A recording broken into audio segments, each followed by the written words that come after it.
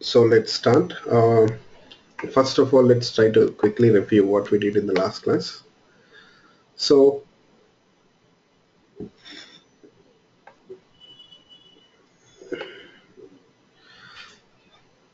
just a minute, please.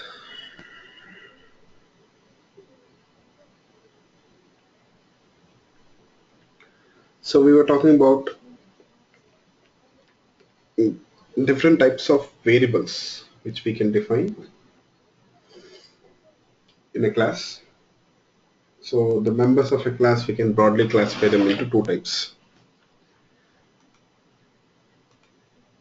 static and non-static members. Next, you see, static members means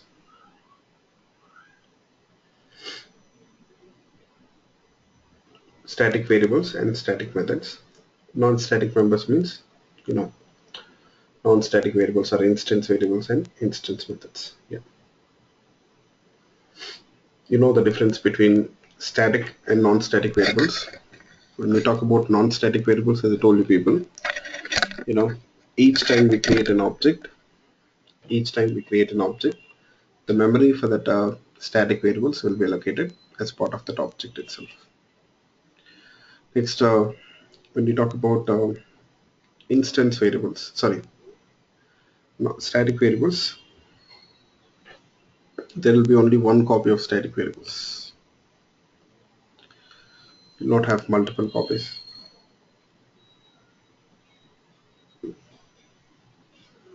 Instance methods, as we have discussed, instance methods basically they operate on the objects, right? You can say that instance variables will have access to the objects and basically they'll operate on the objects.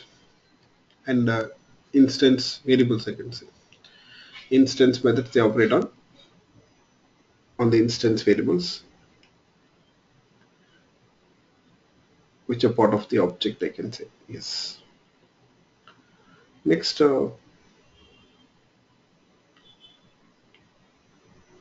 we were talking about static methods. Basically, static methods are used to operate on the static variables. You know,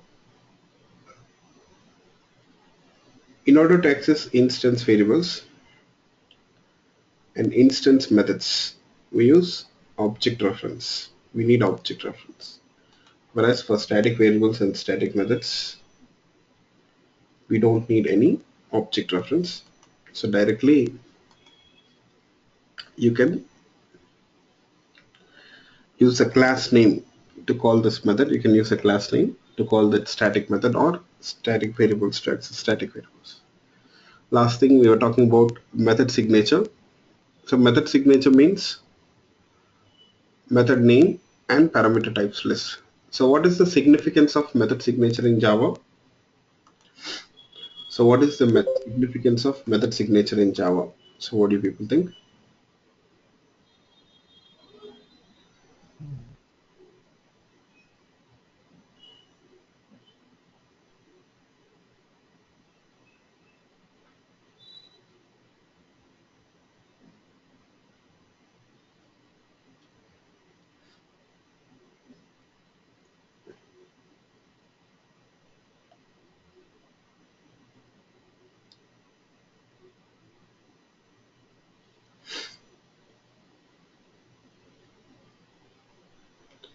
Yeah. So Java, yes, it will differentiate. It differentiates or distinguishes the methods based on method signature itself. So we cannot define two methods with the same signature in Java in a class. Basically, in a class we cannot define two methods with the same signature. So these are all the things which we've discussed so far. Now today we'll talk about polymorphism. We'll start with polymorphism. So this is one of the object-oriented features which you will see in the objects.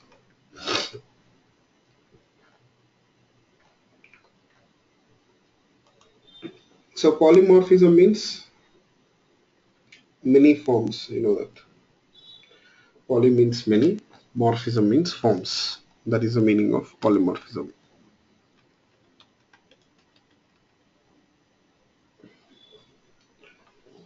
Poly means many. Morphism means forms. You see, this is one of the object-oriented features. This is one of the features which we see in the objects.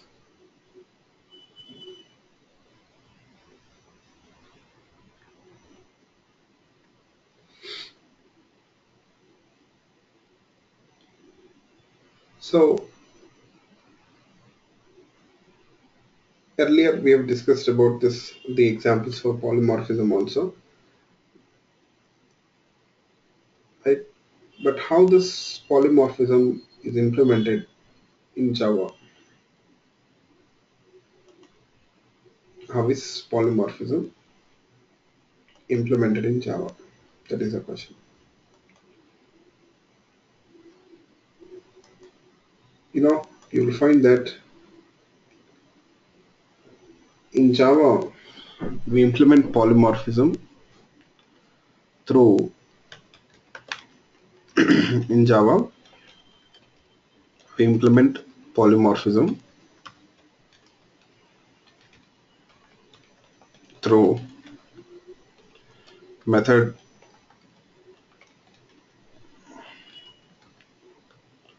through number one, method overloading, and method overriding.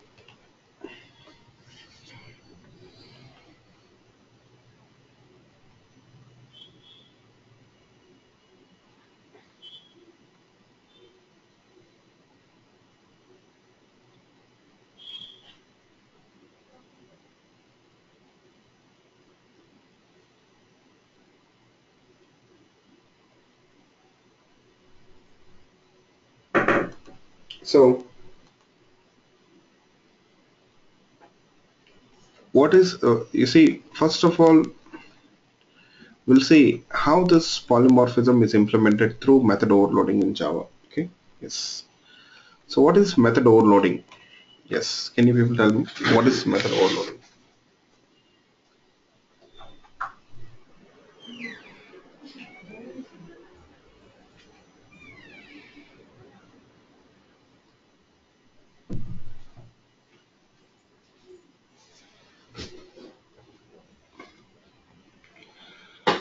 Okay, class to have two or more methods having same name. Yes.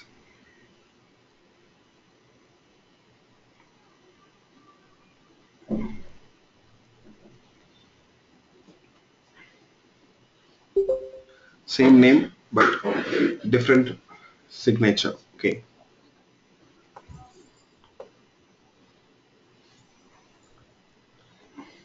I can say that method overloading is all about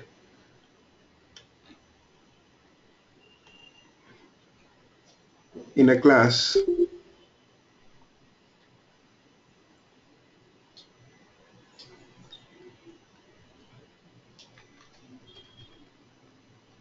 defining more than one method, yes, with the same name, but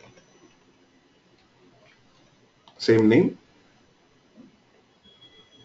defining more than one method with the same name, but with different parameters type list, different parameters type list is called method overloading.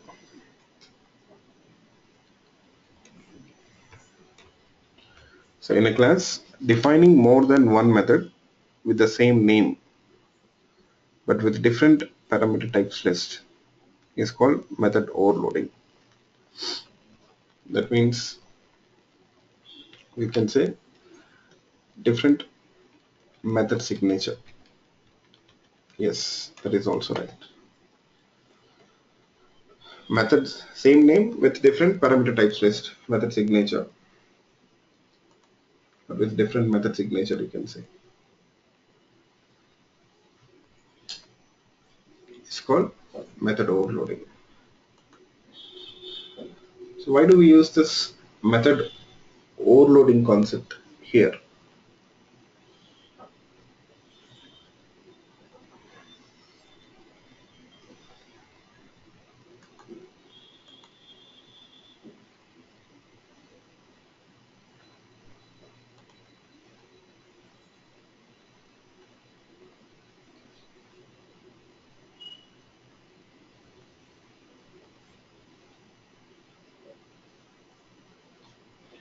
So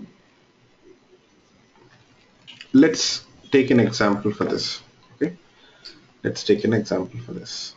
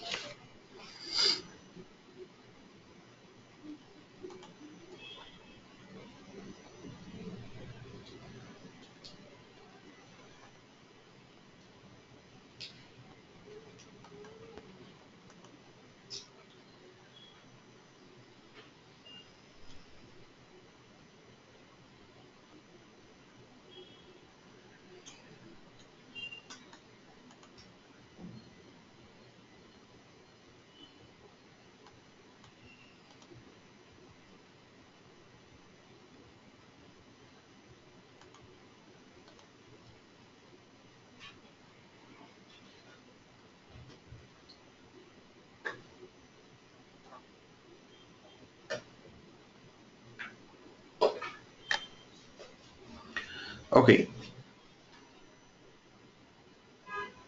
now you see we have the savings account class. So with this withdraw method in it, we have savings account class with withdraw method. In this withdraw method, we have written the logic, you know, which will check the minimum balance.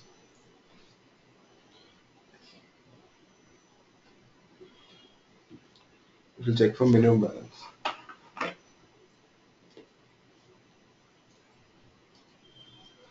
right? You see, it only checks for one rule, just for one rule, that is minimum balance. Okay, but you know what? Here, generally, this logic which we have written here, which we are checking for one rule, so that is appropriate if the customer is trying to withdraw the amount from the branch. Let's say customer personally visits a branch, issues a check, and wants to withdraw. Okay, this rule should be satisfied. That's enough. Verification of the check is done manually by the bank employees, right? Yeah. But we can withdraw the amount from the ATM also. We can withdraw the amount from the ATM. So when we talk about withdrawal from the ATM, what do people think? What are the rules which will have?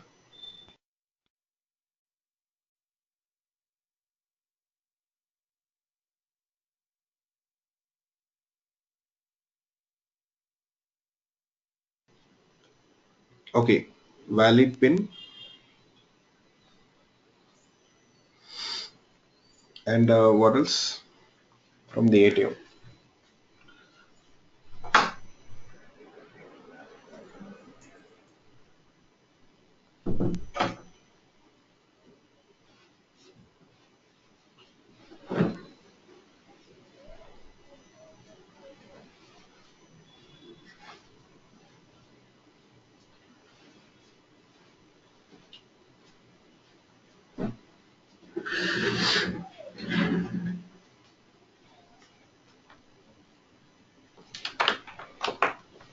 Just a minute. Just a minute.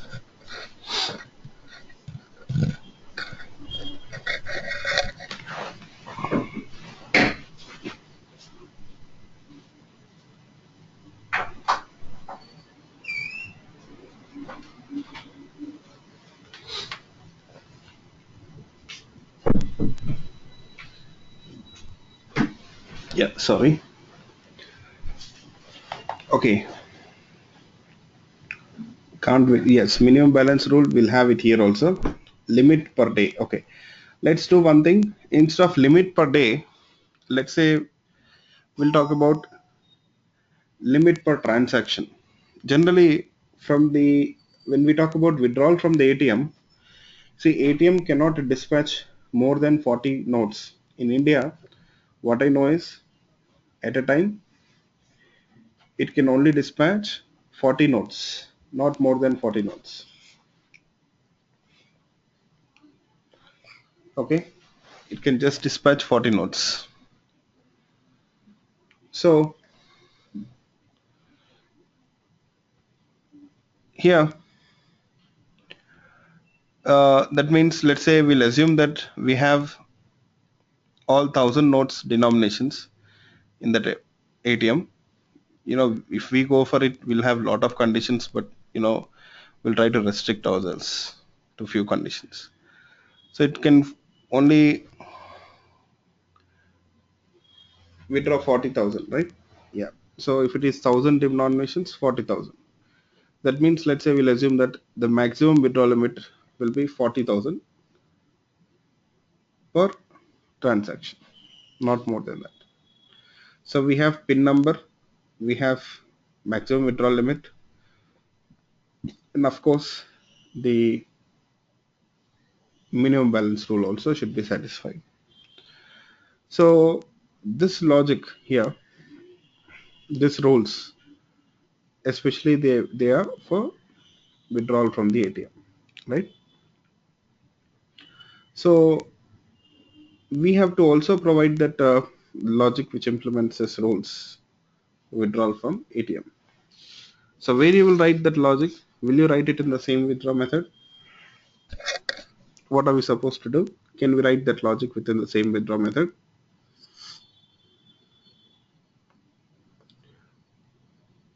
No, right? We need to define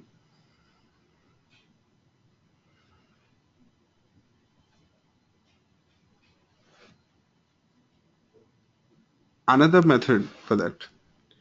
We cannot write the logic within the same method. So this method which we have here already, the withdraw method which you got, it is for withdrawal from the account or from the branch. If person visits a branch, these rules are enough. Now let's try to write the code which allows the customers to withdraw the amount from the ATM. So withdraw, I'll define another method with the name withdraw.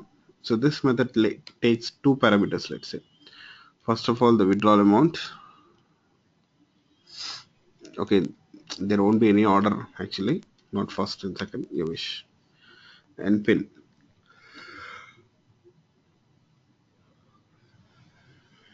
These are two necessary things now. Let's try to implement it. You see, already we'll have the user's PIN number, the savings account PIN number stored in the account object. We'll have it. So that customer will supply the PIN number. It will be in this temporary variable.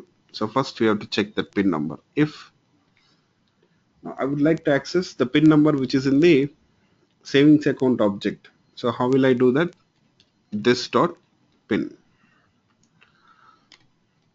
If it is equal to the PIN which is stored in this parameter, okay, then it's a valid PIN. Else we'll print a message invalid PIN. First we'll start with PIN, let's say. Next, okay, if the PIN is valid, then you see we'll check for that withdrawal limit. Okay, not sorry. If withdrawal amount, if it is less than or equal to what, 40,000, then the customer will be allowed to withdraw the amount. Else, again, we'll print a message, withdrawal limit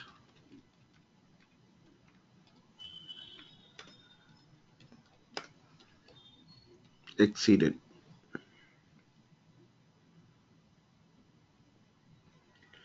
So if that withdrawal amount is not less than or equal to 40,000. Now if that withdrawal amount, withdrawal limit rule is also satisfied, then what is the third rule? Yeah, so we have to check for minimum balance. But wait a minute. Here, you know what? This rule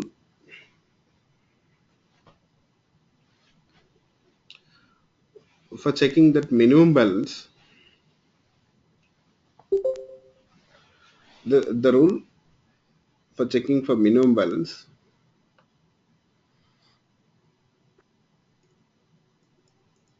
it is already defined, or we have written that logic here for that rule in the previous method which I have defined.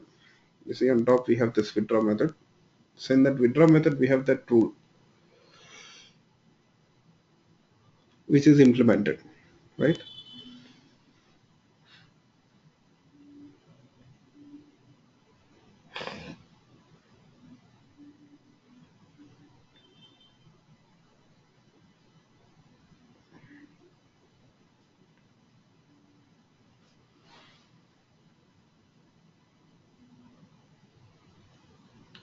So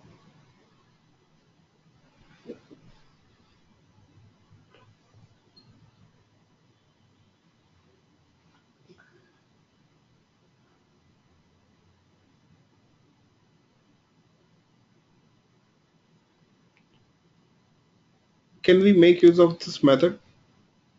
Already we have written the logic to check for that minimum balance, right? Can we make use of that code? Can we make use of that method here instead of writing that logic again?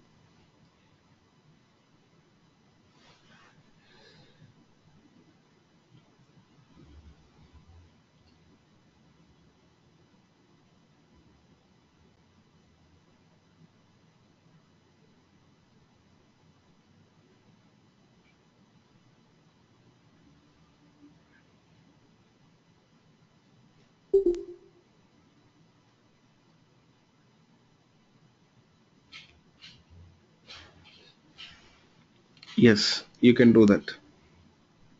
What you can do is here, definitely you can call that method.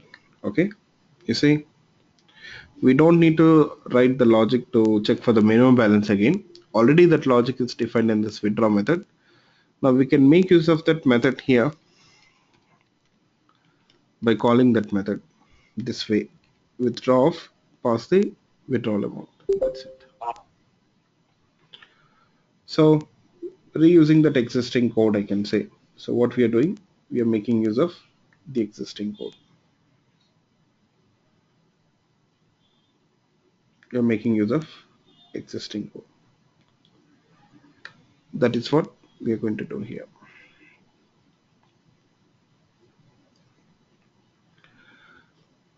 Okay, so here, if you keenly observe, now you will find that in the savings account class, we have two methods with the same name, that is withdraw, but with different method signature.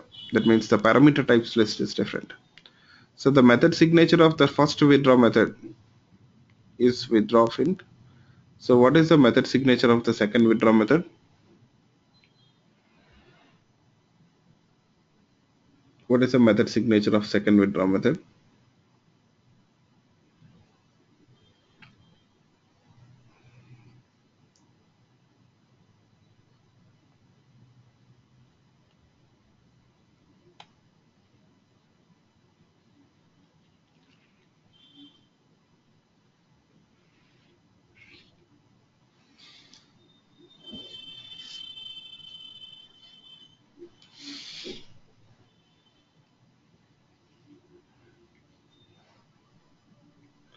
Yeah, so it is withdraw of int comma int.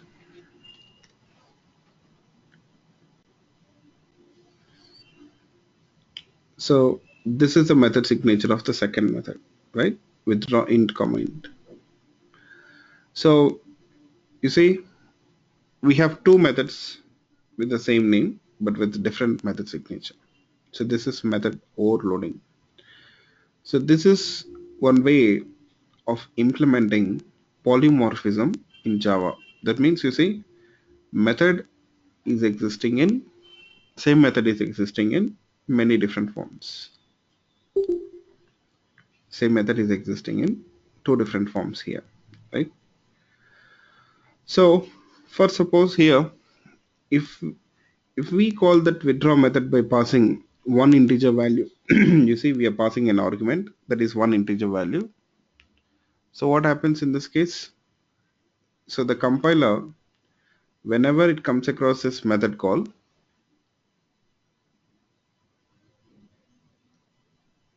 the compiler, whenever it comes across this method call, it will check whether there is any method with the name withdraw which takes one integer value in the savings account class. Yes. So it will check whether there is any method with the name withdraw which takes one integer value. Yes, we have one method which takes one in with whose name is withdraw which takes one integer value. So simply the compiler will bind this method call or method invocation to this method definition, I can say. This is method definition. So why it binds it? So that at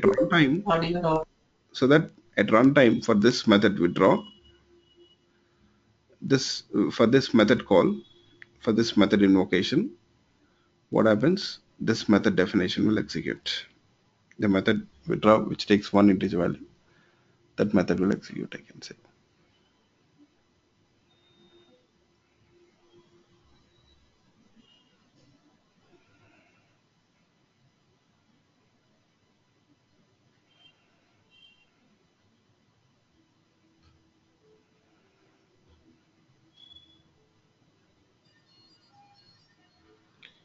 Okay, actually this concept is called as method binding. In polymorphism, when we use polymorphism, so compiler will try to associate the method call to the method definition. Okay, just a minute please, just a minute.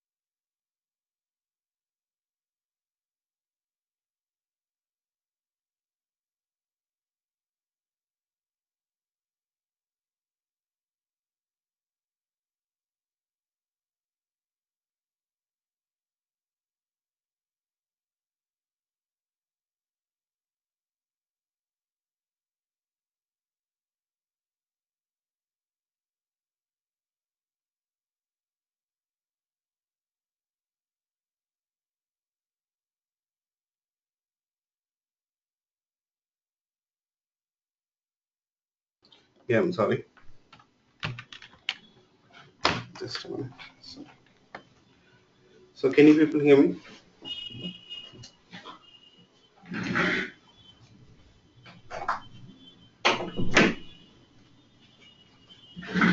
Okay. So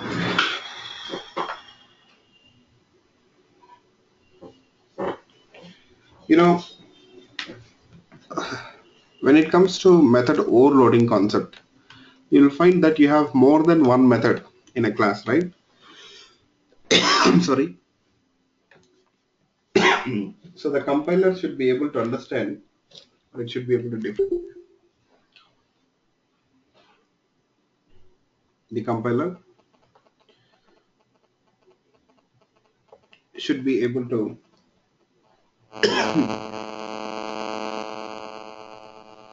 differentiate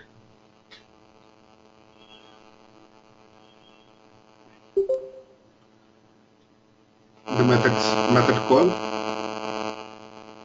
and the method definitions. So which method to call? Yeah, right. Just a second, please.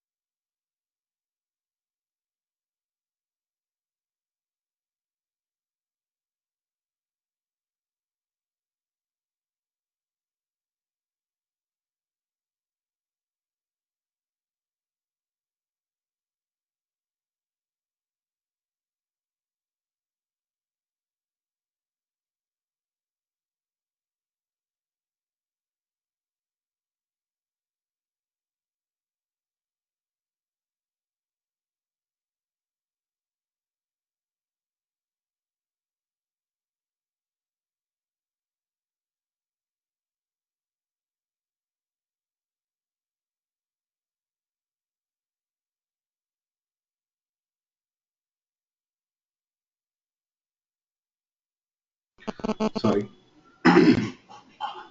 So method binding is very important. Okay, let's see what is it. Method binding means associating a method call to the method definition is called method binding,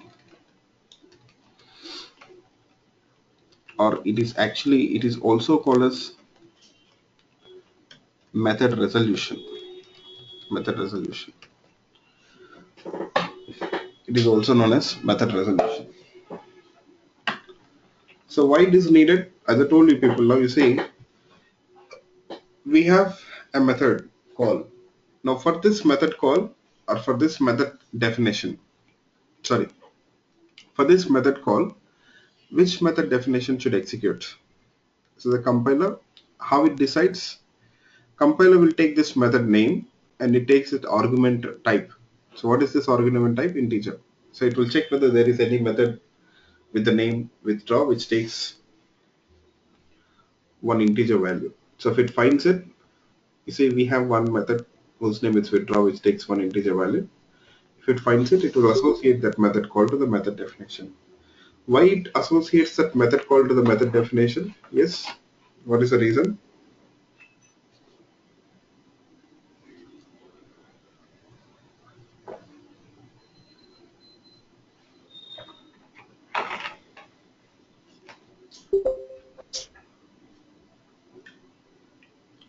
Why was this the reason?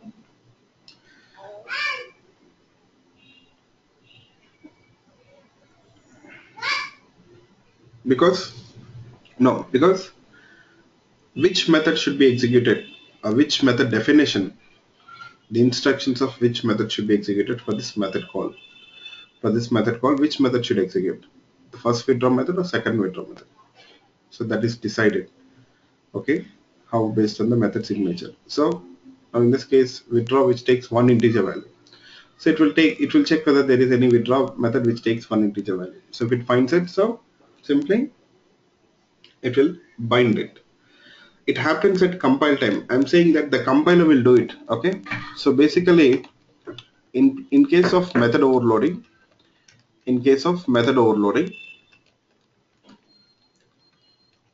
method binding takes place at compile time.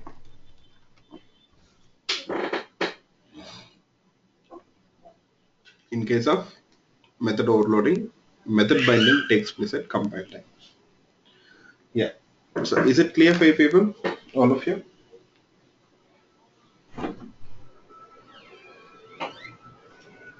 Any questions in this regard, please let me know.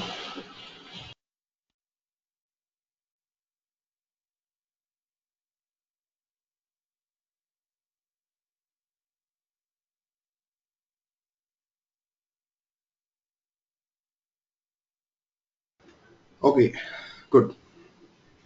Now I have a question for you people. We have discussed about method binding. Okay, it happens at compile time. So this is actually called as there is another name for it. We call it as early binding, early binding, early binding, or yeah, it is called as early binding also. Early binding means you see that method resolution, because it takes place at compile time. Because it takes place at compile time, it is called as, that means well before the program starts execution. Before the program starts execution, the binding takes place, right? That's the reason why it is called as early binding. Early binding. Yeah. So now I have a question for you people. So what is the advantage of using the polymorphism here? What is the advantage of using polymorphism?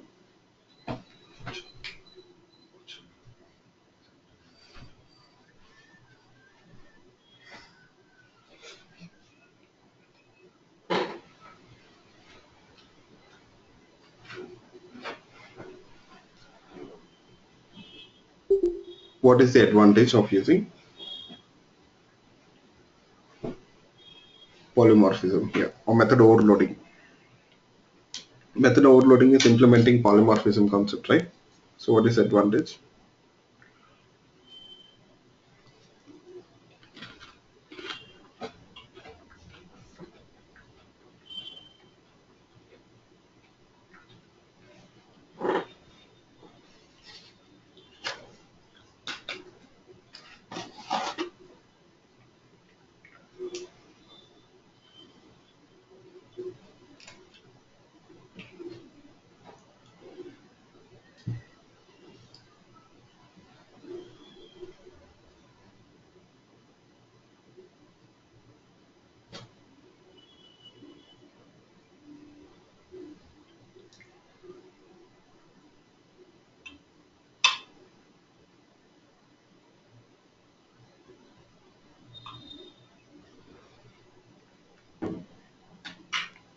Reusing methods which are closely related. Okay. And what else? Let's see. It makes easy to write the program. We don't have to define the method again, but we are defining the method, right?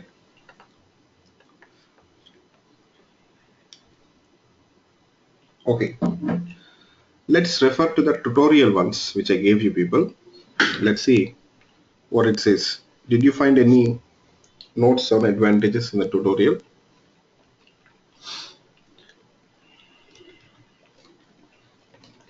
The reference link which I gave you people. Let's see. It has been long time I didn't refer to it.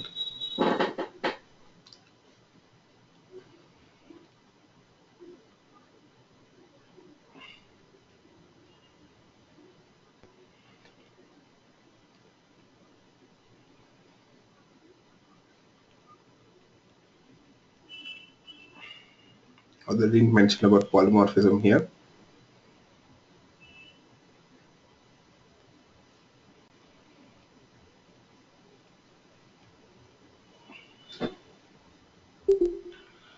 Okay.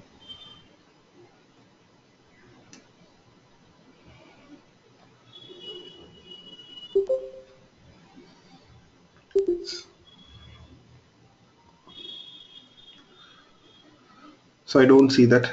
No problem. Let me explain it. First of all, I can say that it helps us to define the methods which we can easily use them. Why so? You see, for these two methods, we have given the same name. First, let's try to understand why we are trying to give the same name. You can also give a different name for these two methods. You can also provide a different name for these two methods. We can provide a different name for these two methods. Okay, good. I got a link for this polymorphism. Okay, let me talk about it first and then we'll revisit this site. Yeah, you see, we are providing a different name, right? We can provide a different name. Can't we do that? Can't we define two methods for these two different functionalities? We can do that. But we are not doing it. Instead, we are providing the same name for both the methods. What's the reason why we are providing the same name for both the methods? Because these two methods have got similar functionality, not exactly same, but of course we got similar functionality for these two methods, right? These two methods have got similar functionality. So that is the reason why you see we provide the same name. That is the reason why we provide the same name. Yes.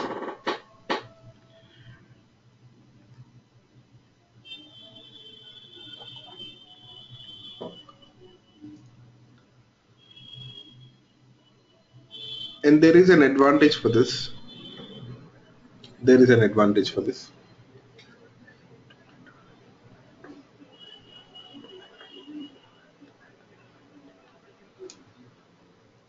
You see, this makes the API user friendly.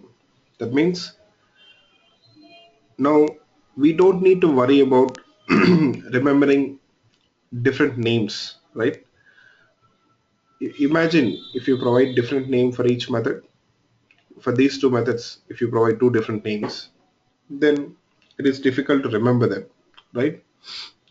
Now sometimes, okay, if it is two methods, maybe it is fine, but you may have more than two methods. You may need to overload more than two methods. For each method, if you give a different name, then remembering those method names is also difficult, right? Yeah. So now we don't have to worry about remembering the method names. So all the methods which have got this withdrawal functionality, they have got the same name. So we can call that method withdraw by passing the appropriate parameters. That method will be invoked. That's it, right? So that is one of the advantages I can say. Okay, yes. Now let's refer to this official documentation once, what it says. The dictionary definition of polymorphism refers to principle in biology in which, okay, no, lot of story here. An organism or species can have many different forms or stages. Yes. So this principle can be applied to object-oriented programming and languages. Subclasses of a class can define their own unique behaviors and yet share some of the same functionality. Okay, this is about inheritance. But I will be talking, I would like to go through overloading concept. If we can see this overloading, actually this statement is talking about overriding here. Let's see if I can get overriding, overloading, I'm sorry. Can you people get me overloading. I guess you won't find it. No problem. Okay. Anyways, that point which is discussed over there. So I'll come to that point also, but in inheritance we'll see that. Okay. Yes. So first of all, you understood the advantage right here. So you may have more than one method with similar functionalities. So in that case, defining a different name for each method will make it difficult for us to remember and use them, right? So in that case, you can define the same name for all the methods, which makes it easy to remember.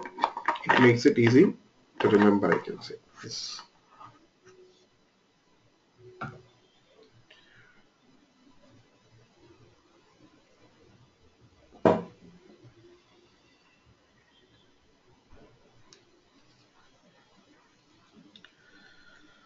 So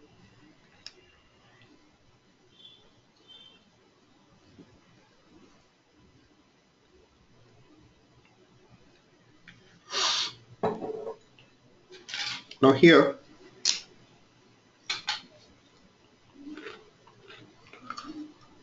I'll show you people some examples from the Java API itself, which will give you more idea on what I'm talking about. Let's refer to the Java documentations, Java docs. Java API documentation, that means which provides you the complete details about the API. It's not the API, it's only API documentation. So it says Java Platform Standard Edition 7 API specification.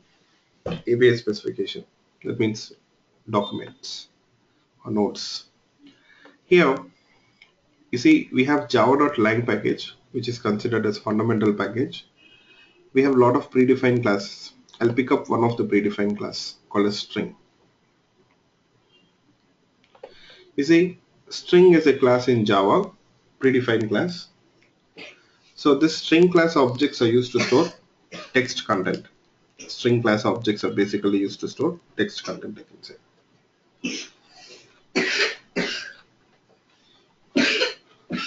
You will find that in the string class, we have methods, predefined methods, which we can make use of to manipulate the strings. For example, you see we have a lot of methods here. These are all predefined methods, caret, code pointed. You have so many methods in the string class. All these methods, you see, basically they'll help you people to manipulate the string objects or string content. Okay. You see, can you people identify the methods which are overloaded here? Can you people identify the methods which are overloaded?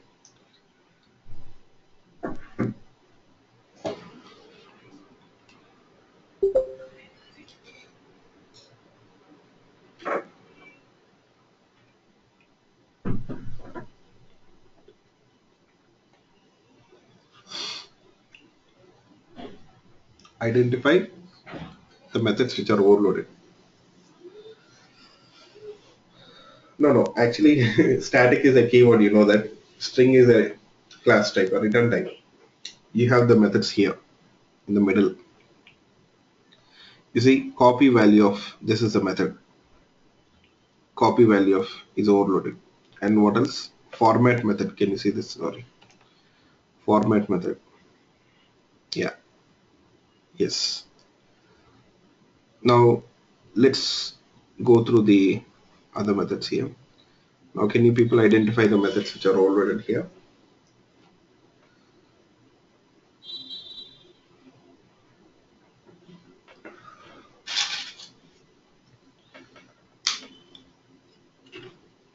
Yes. Index of 4 times it is overloaded. We have 4 methods. We have 4 index of methods. And what else? Last index of, that's right. Now just imagine Just imagine, what if you were supposed to define a separate name for each method?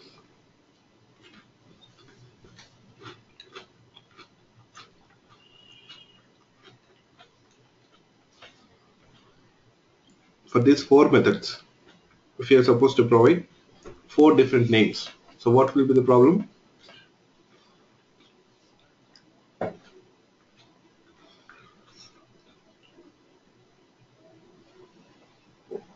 Yes, method names, they're hard to remember, right?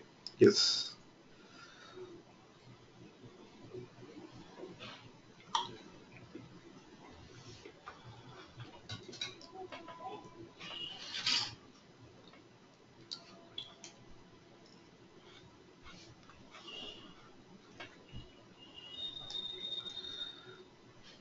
Method names are hard to remember. Yes.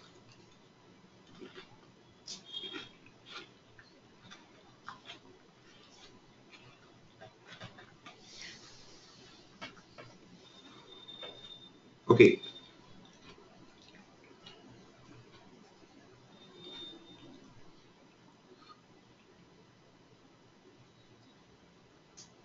So that is and cause for confusion also. Which method has got which functionality? All have got similar functionalities, right? Yeah. I'll show you one more method here. You will be surprised how many times it is overloaded. Check once. You know, this value of method, it is overloaded 9 times.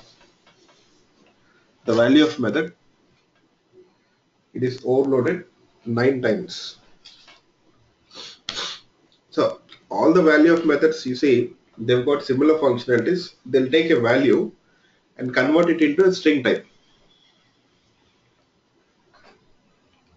Okay, all the methods have got similar functionality. So they will take different types of values. Each method takes a particular type of value, but it will convert it into string type ultimately. That is the functionality. So yes, you see, again, if we don't use this overloading concept, then you'll end up defining 9 methods with 9 different names, which would be difficult to remember. So yes, so this is how we can define the methods which are user friendly to use, right? So the API is user friendly for us. So we are able to use this method overloading concept to define several methods with the same name. But of course, that method should have similar functionality. You will not define different methods with the same name if they have different functionalities. Only the methods which have got similar functionality, those methods you will give the same name. Only for those methods you will give the same name. Yeah. So hope this is clear for you people, method overloading concept. So anyone got any questions or issues in this regard? Please let me know.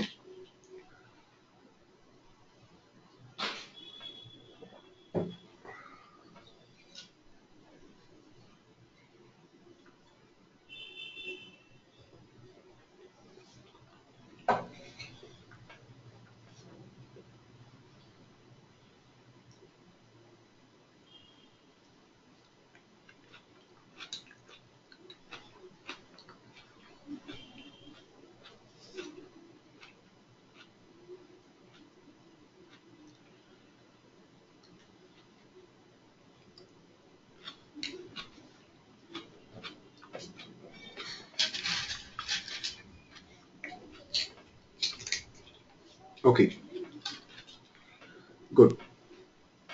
Now we'll move on. But before we move on, I'll give you people some tasks. You have to do that, okay? Some exercises to practice.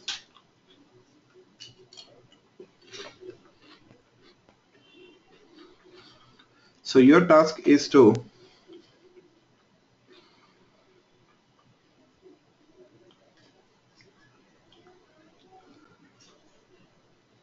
define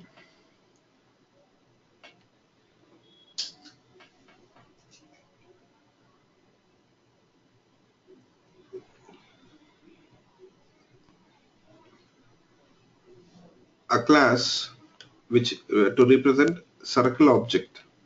a class to represent circle object.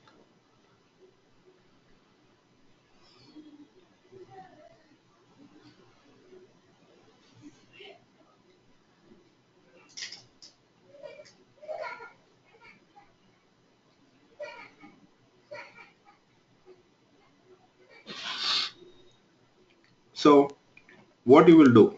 How will you start? Yes.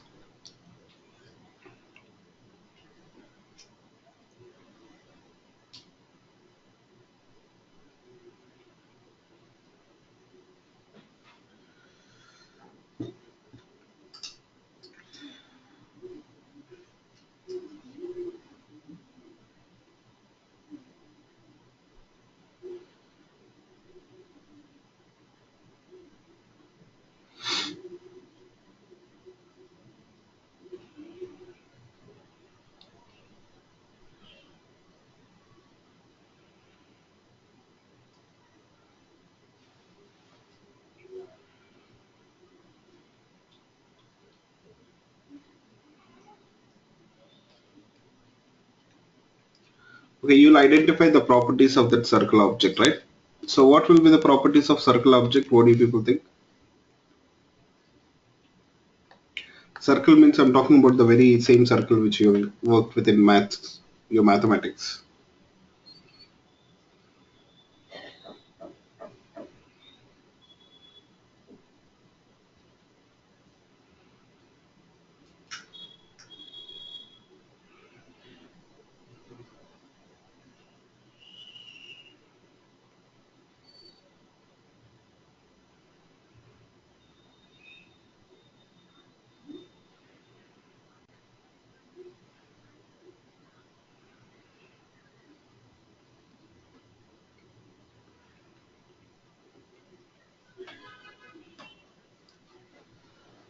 Okay, yes, you'll have radius, you'll have diameter, okay, center. So there will be various properties, right? Pi, okay, I'll consider pi, and behaviors. So then what actions are performed on the circle object?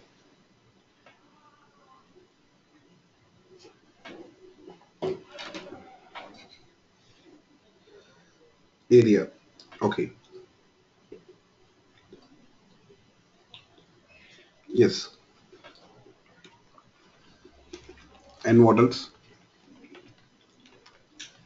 Calculate area. And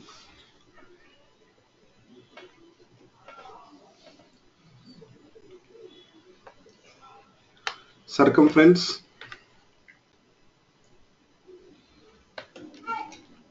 find out circumference or whatever it is, right? Yeah. Now I helped you out to some extent. Yeah, calculate diameter. If you know radius, if you pass radius, it should give you the diameter. If you pass the diameter, it should give you the radius. Maybe you can also add that methods. Okay. Yeah, that is also right. You can add those methods of behaviors. Okay. Yeah, that's right. Absolutely. So one more class for square also similarly. I won't help you out to identify the properties and behaviors you wish. So define a class for square object also similarly. Square and rectangle for both.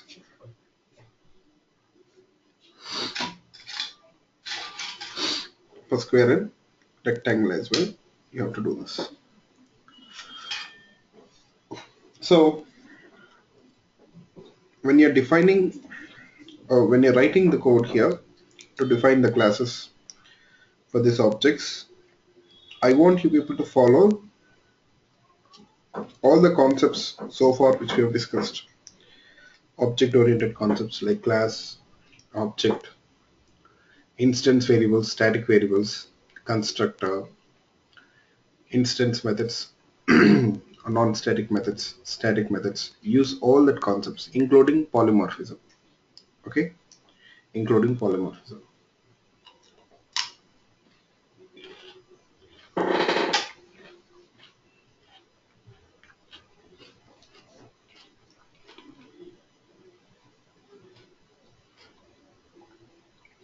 including polymorphism. Yeah.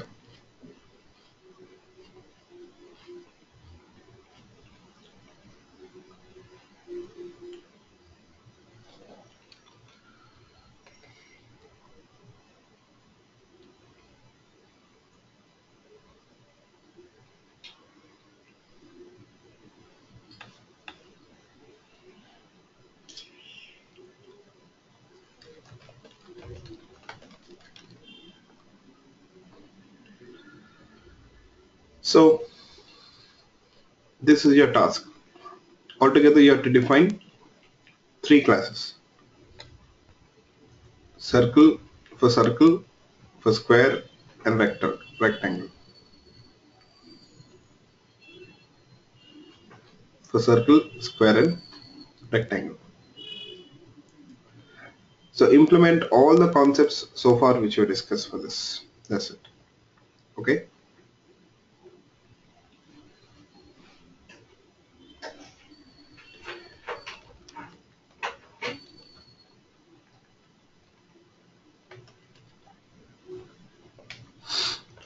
So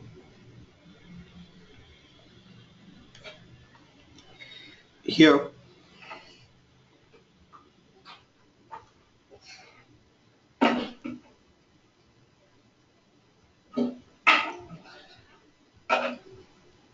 we'll talk about inheritance.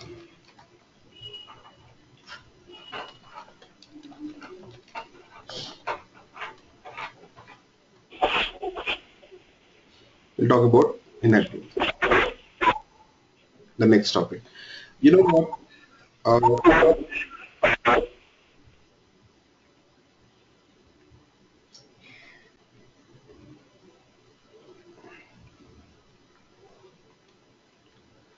We have implemented polymorphism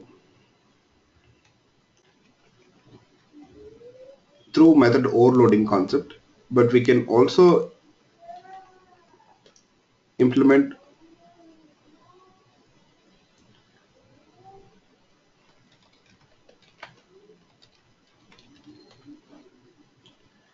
method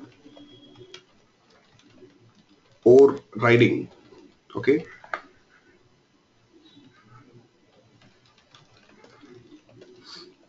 through uh, we can implement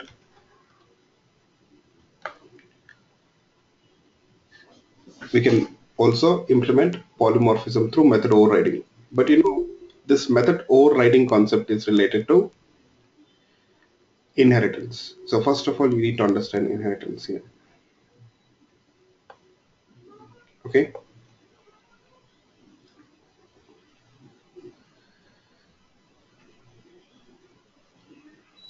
it is related to inheritance. So first of all, we'll start with inheritance concept. First of all, we'll start with inheritance.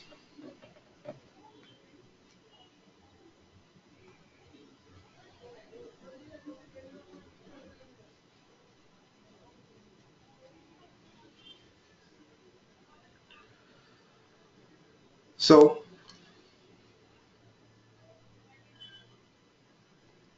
inheritance means, you know, in the real world, how this concept exists.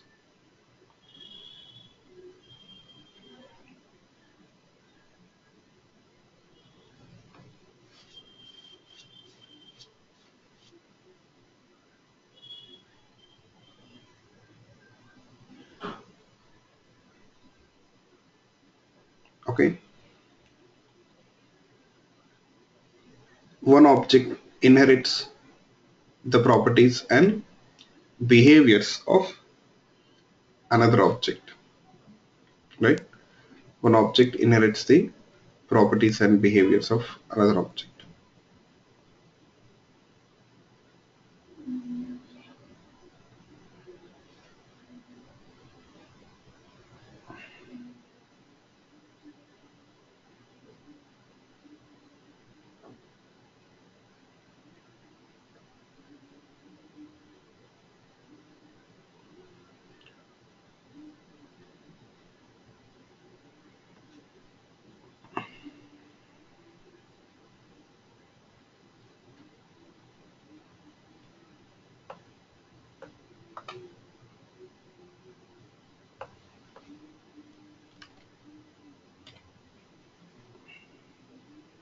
Okay, sorry.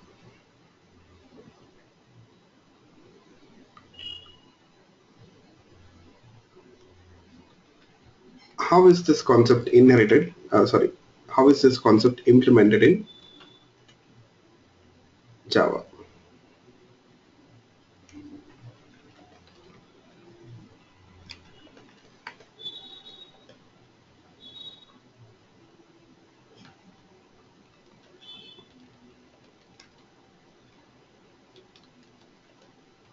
Just a minute. Rajeshwari, I'm sorry, this is not the right time to chat with me. Please, if you have any concerns, talk to Rola. Okay, regarding this, I can't do anything. Okay, this nowhere related to the subject or topic or class. Please, I can't talk to you now. Okay, if you have anything, you can call Rola. Okay, so let's talk about inheritance. So, inheritance, what is it? How it is implemented in Java? Let's see.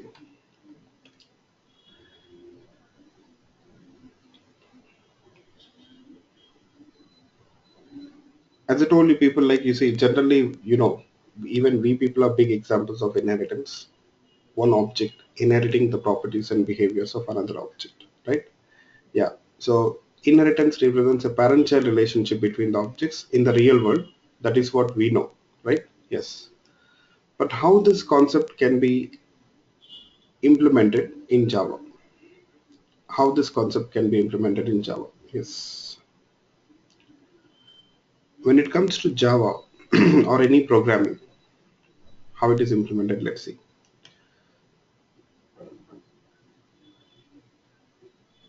You know, inheritance is all about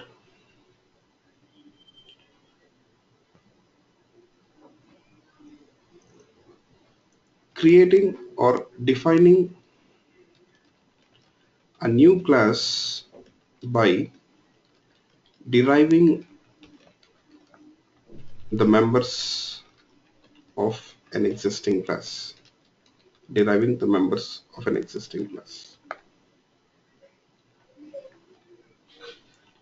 Defining a new class by deriving the members of an existing class.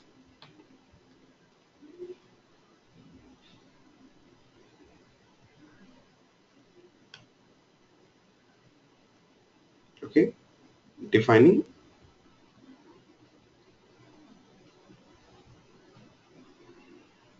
a new class by deriving the members of an existing class. That is inheritance. That is how it is implemented in programming. So we can make use of an existing class to define a new class. Okay, yes. So to make you people understand how we use this concept, okay, how we can derive the members of an existing class and define a new class, let's take an example. So for suppose here we have savings account. We have savings account.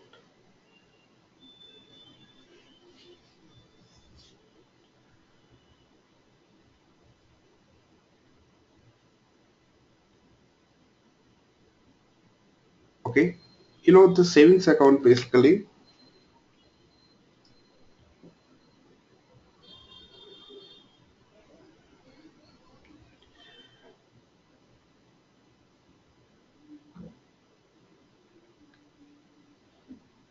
it defines savings account objects. The normal savings accounts in a bank. So that we have discussed about it. Okay, now you have the savings account class. You did this. You have defined the class.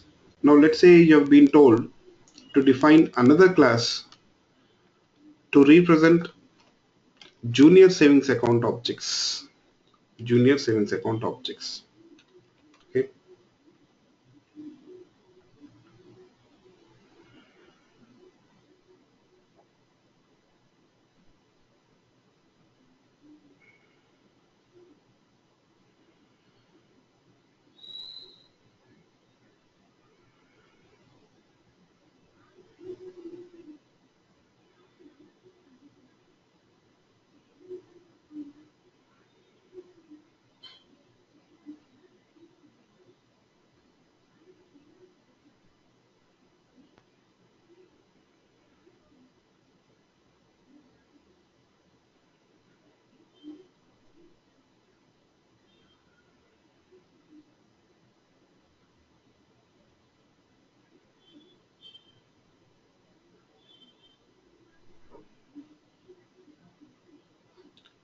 So what you will do, how will you start?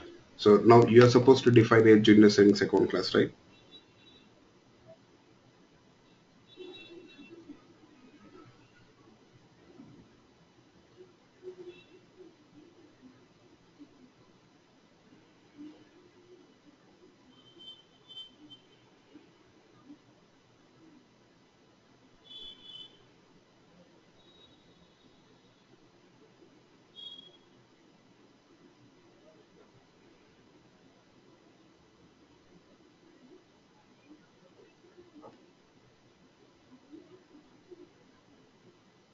So how will you start?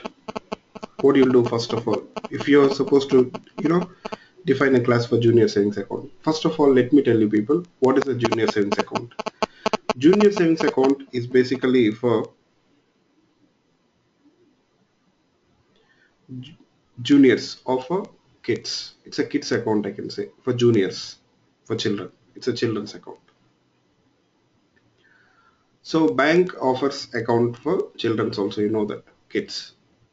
So you have to define a class for the junior savings account objects. So how will you start? So what is the first thing you are going to do?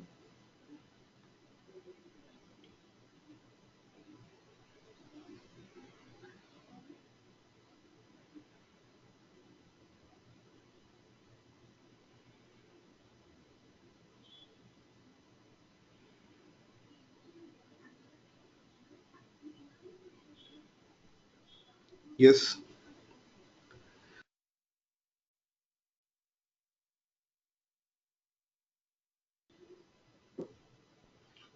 First of all,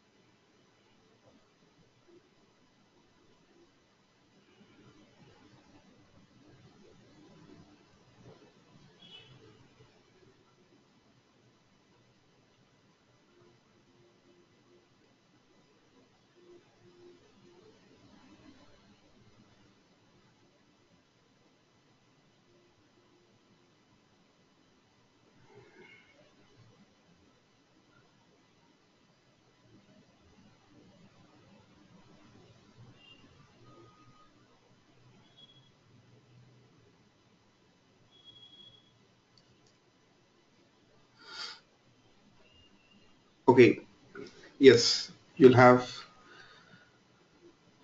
account number. You have to identify the properties. You'll have account number, balance. You'll have PIN. You'll have status. Additionally, you'll have guardian.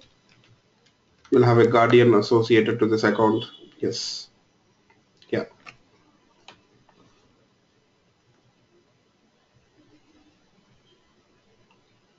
And what else? So we have identified the properties. So what else?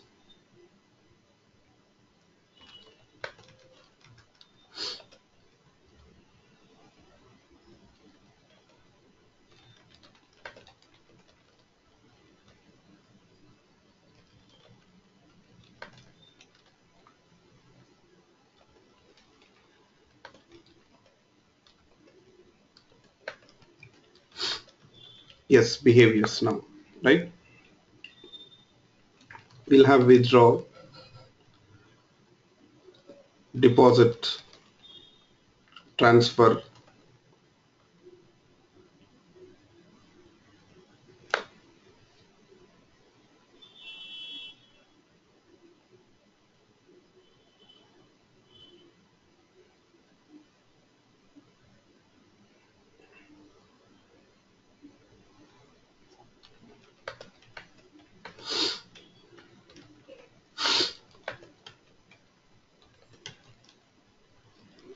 Yes,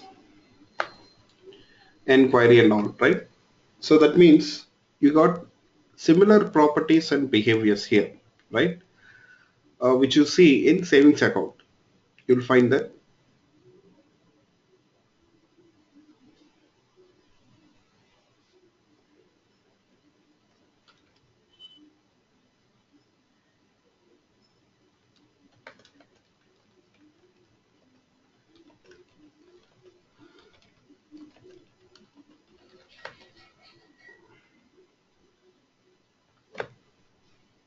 Yes.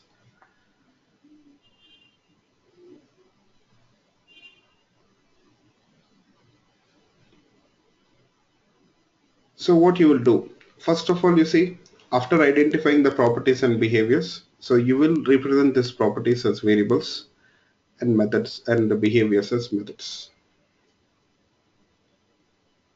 Okay, properties are represented as variables and behaviors as methods.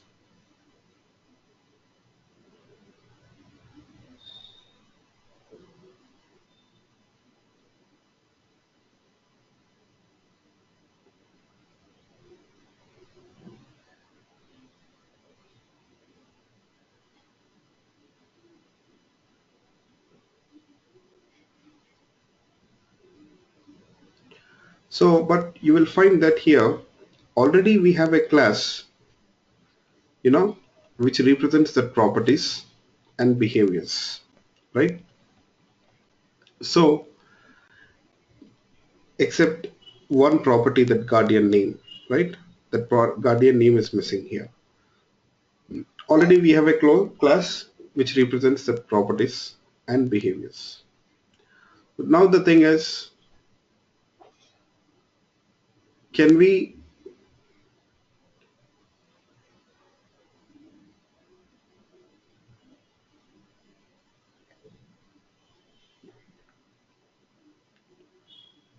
use this class?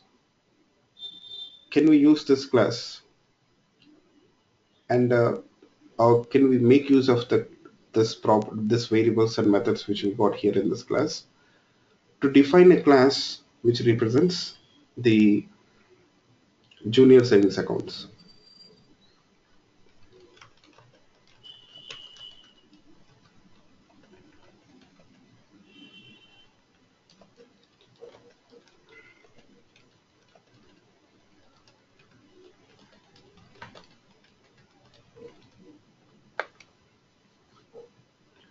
Okay, so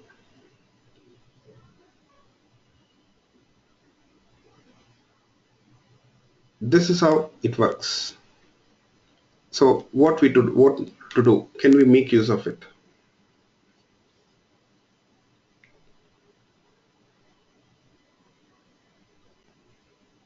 Okay, let's see.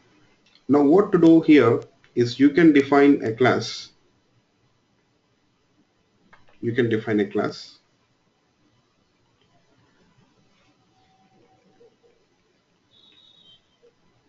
called as junior savings account.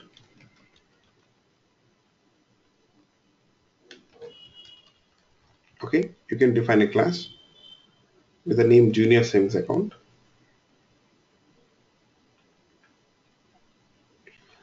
And you see in this class now, I'm not going to declare the variables to represent these properties, especially account number, balance, PIN, status. And I'm not going to define the methods again, particularly for this methods withdraw, deposit, transfer. Anyways, transfer I'm not implementing, just leave it, okay? Yeah, so what to do here? What to do here? Yes. What, we will not define that variables and methods here, but instead we will be deriving them from that existing savings account class. We'll be deriving them from existing savings account class.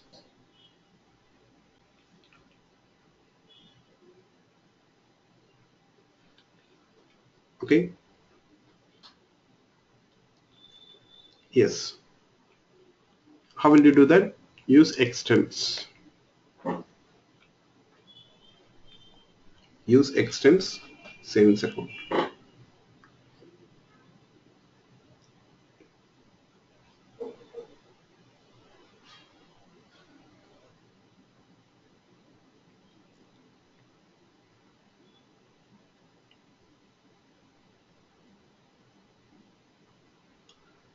So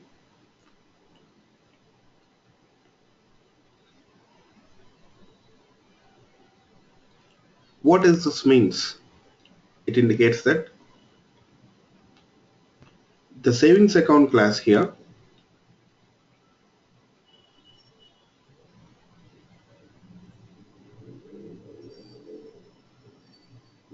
from the savings account class, the junior savings account class is inheriting the members or deriving the members. So it indicates that here junior savings account class, it inherits or derives the members of the savings account class. Extends means it inherits the members of savings account. Okay, I'm saying members. So what does that means? What do you people think? When I say members of the class,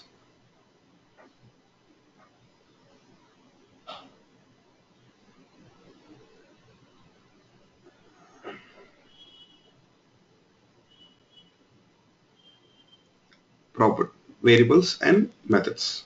When we talk about members, they are nothing but variables and methods. Yes. Yes, exactly. So you know what? Now I can say that in the junior savings account class, we have these variables: account number, balance, status, PIN, and methods: withdraw, deposit. Okay, both the withdraw methods, deposit.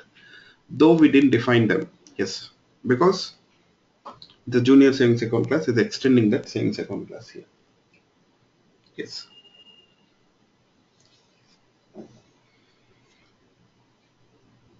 Yeah. Now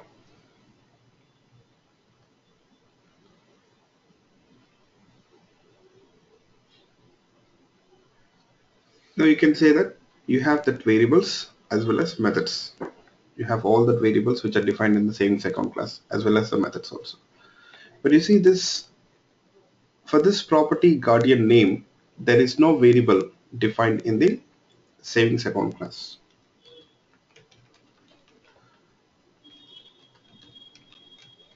Okay. Yes.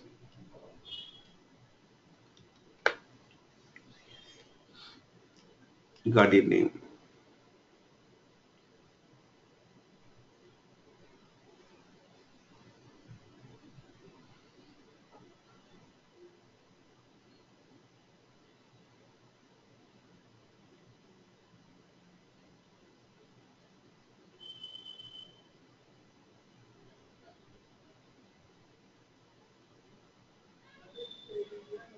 Okay.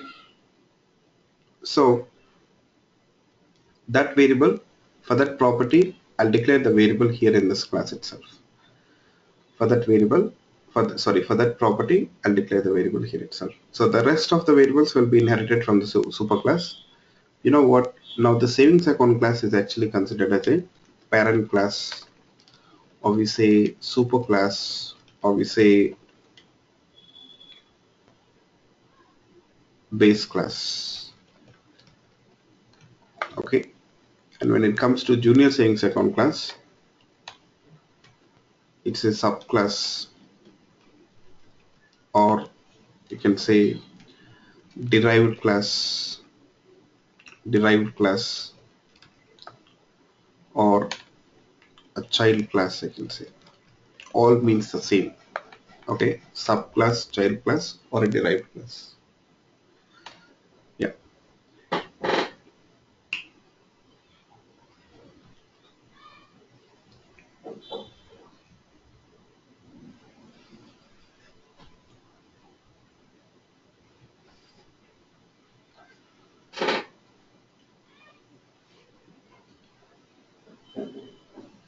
Okay.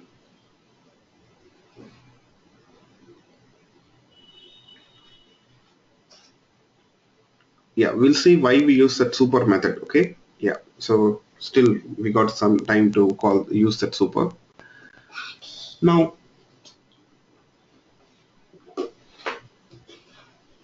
here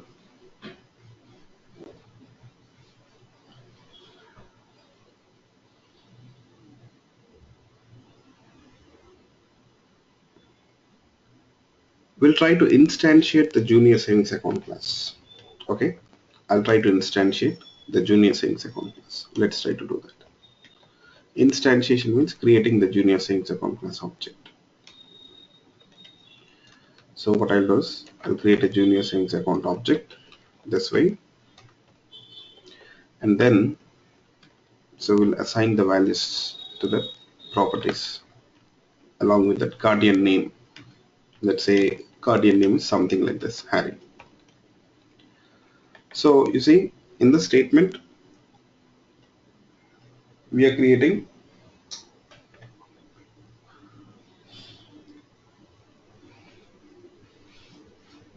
a junior savings account object. And have you noticed it? You see now this reference variable, you'll find that it is of type junior savings account. That means in this reference variable we'll store junior savings account object reference. Now we're using this junior savings account class reference.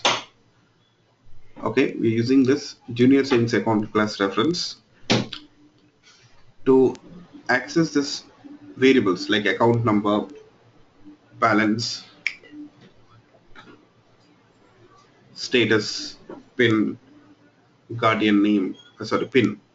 See, you're able to access these variables as if they are declared in the junior savings account class itself.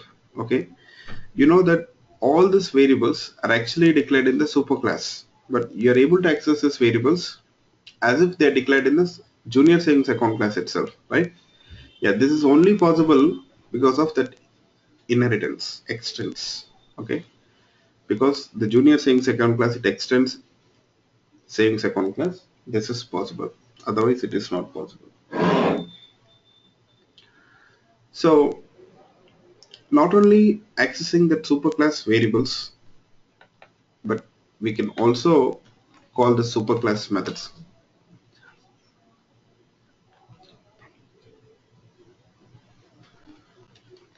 We can also we can also call superclass methods here. We can also call superclass methods.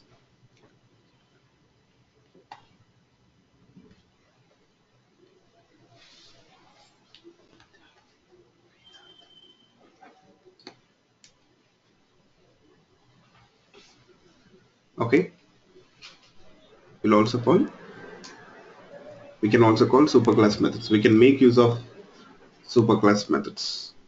You see, though we didn't define that variables, we didn't declare those variables, account number, balance, status, and pin in the junior savings account class. Even we didn't define that withdraw method, but still you're able to access it.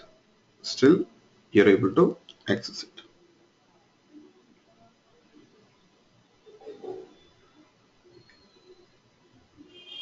Okay. Yep.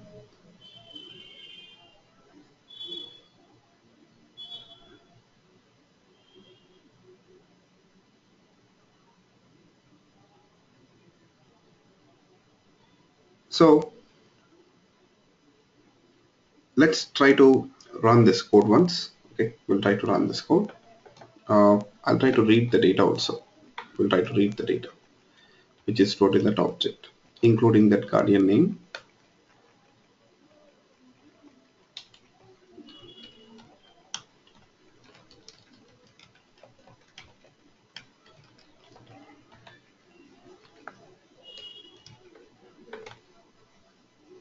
Okay, yes.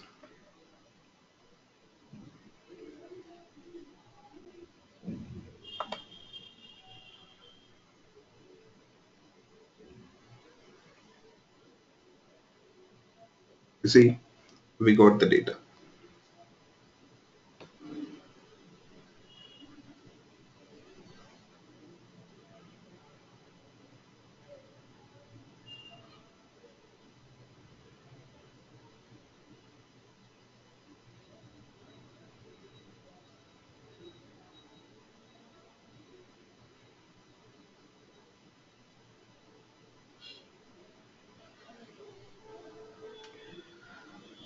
So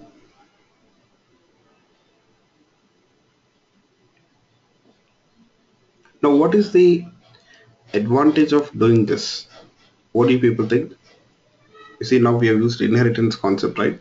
You see what we did? Now we have defined a new class called as junior savings account class by deriving the members of an existing class. How we derive them? Using this extends keyword here. Extends followed by the class name. So which class members you want to derive?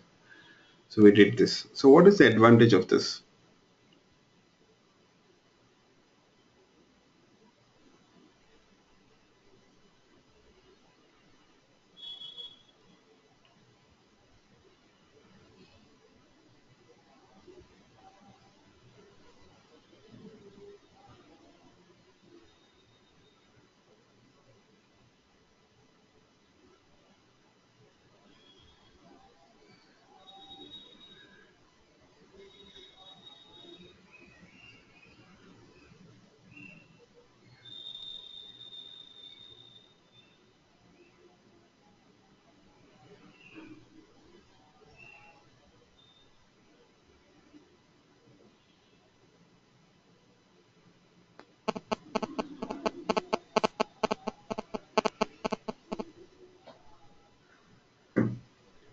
Reusability. That's right.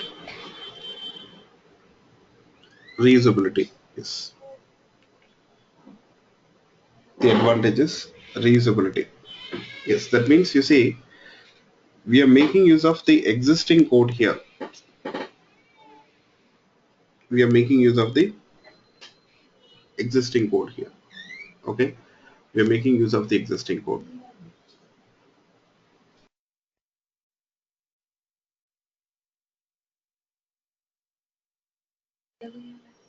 You see,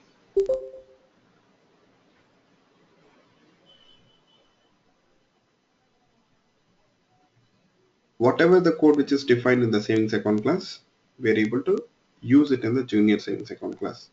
Otherwise, you see, if we don't have this option, we'll end up writing the duplicate code. Code duplication will be there. Yes. So now you see here,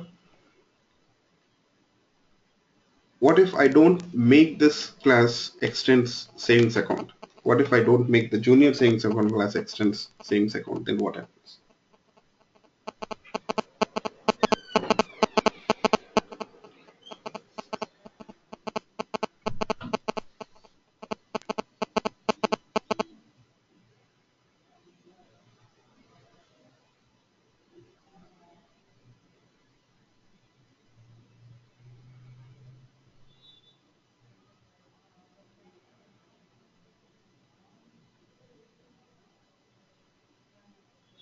You see, this time, if we don't make this class extends savings account class, then what happens? Let's see.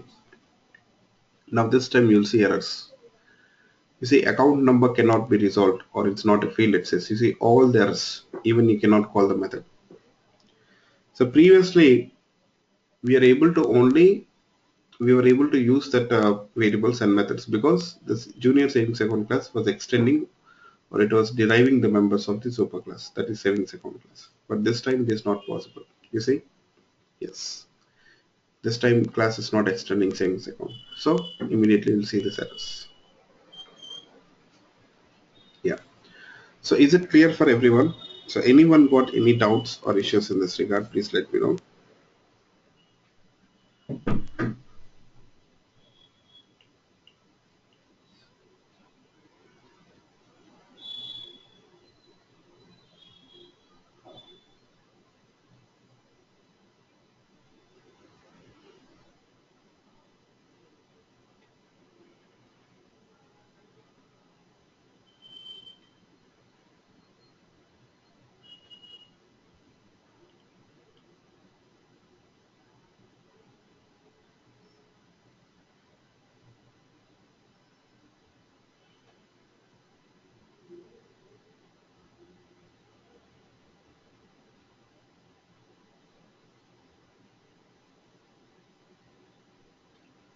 Okay. So hope everyone got it.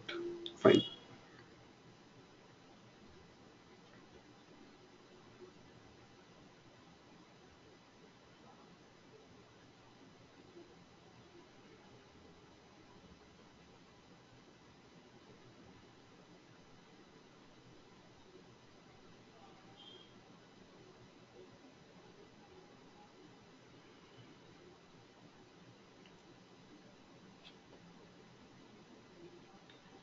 So inheritance is used by writing extents. Yes.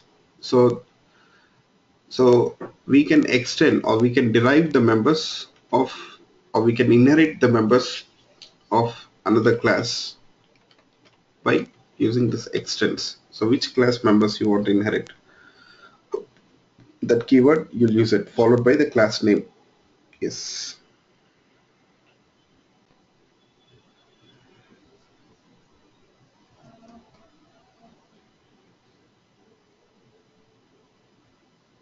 Okay.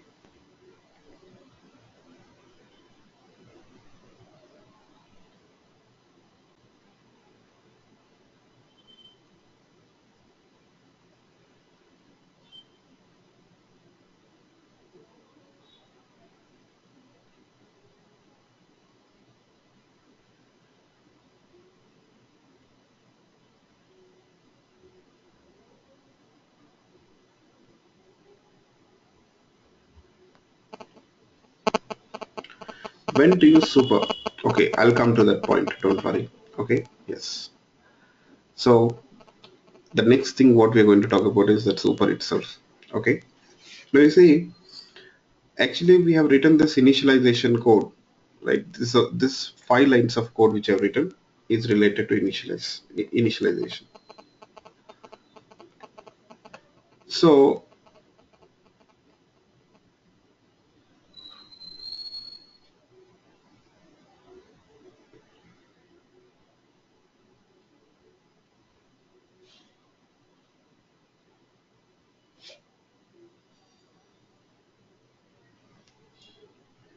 how do we initialize the objects basically? Yes, what do we do?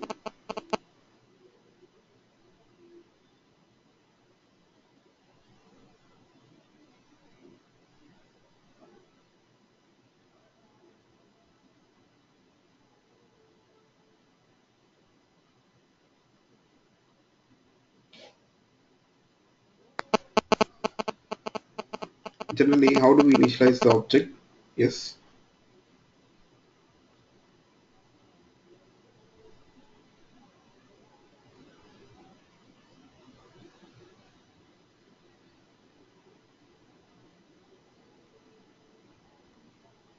Yes. In Java, how do we initialize the object?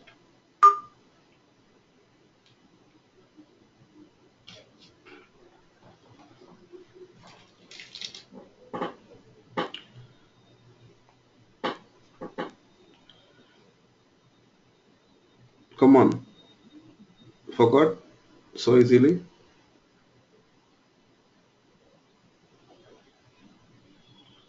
Initializing, not instantiating. Instantiating means creating object, not new. New keyword is used to create an object. I'm talking about initializing an object. I'm talking about initializing an object.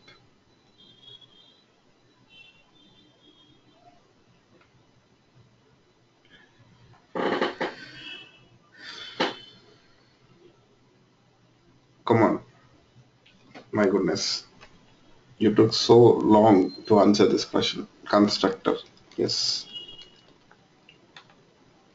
Constructor is used to initialize an object, right?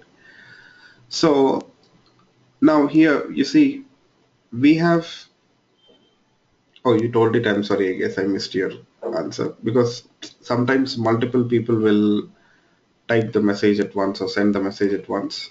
So I won't see all the messages at once. The last message which I receive, I will be able to see it. So I have to scroll up again. So, okay, let's come back. Here you say we have to use constructor, right, to initialize the object. But the thing is here, the instance variables,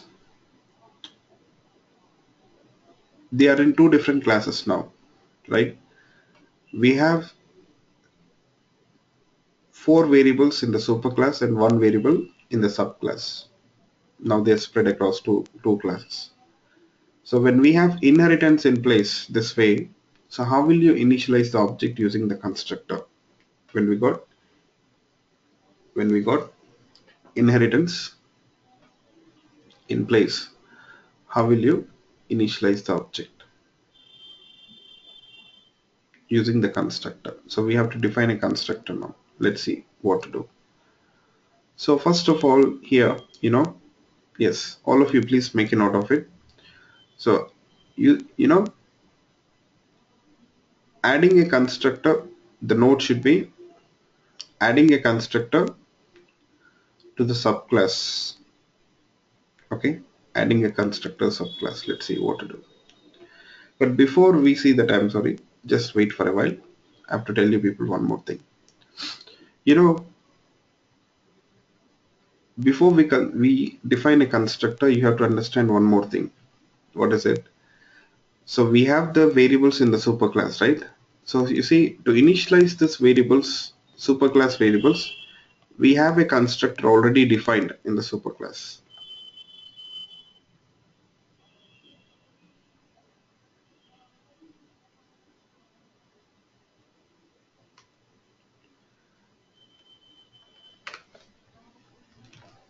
Okay.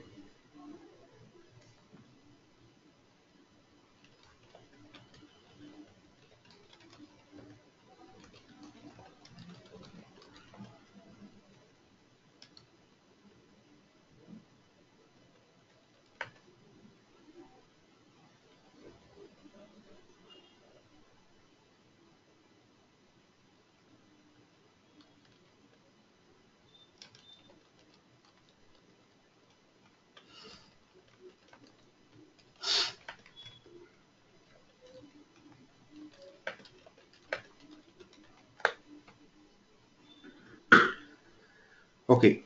So we have already a constructor in the class. You see, in the superclass, which initializes the superclass variables.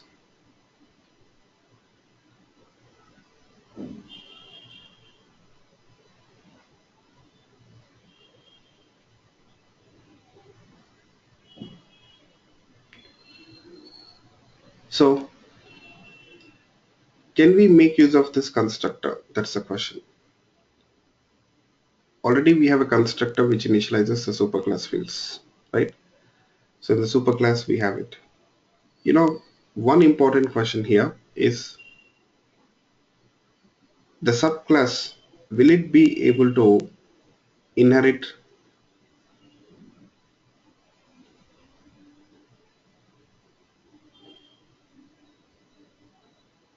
this, the subclass, will it be able to inherit the constructor from the superclass?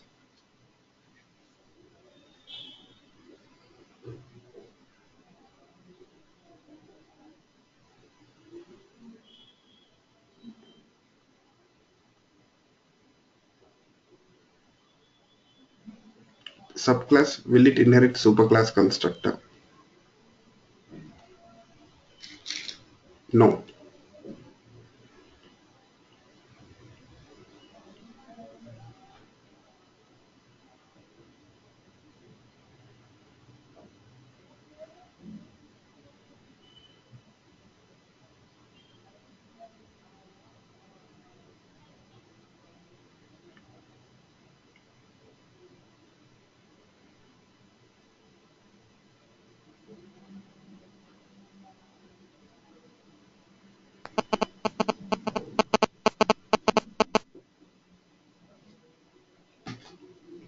Actually, a subclass cannot inherit the superclass constructor. A subclass cannot inherit a superclass constructor.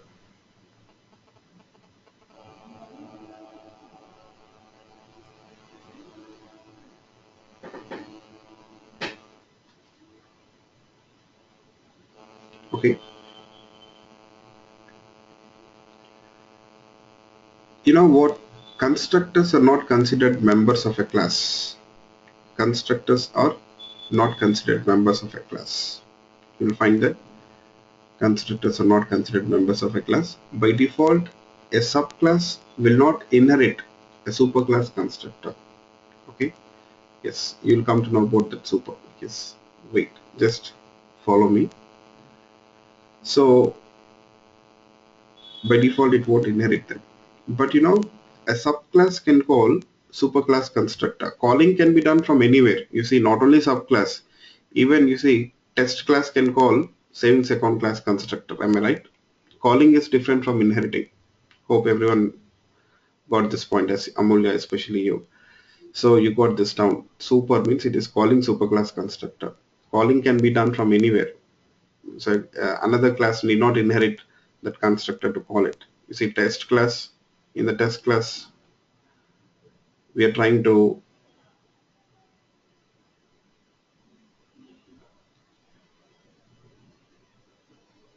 call the superclass constructor, right? Sorry, savings account class constructor.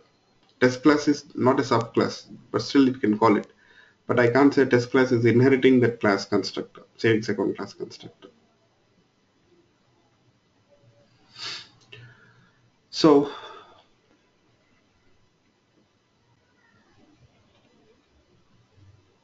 here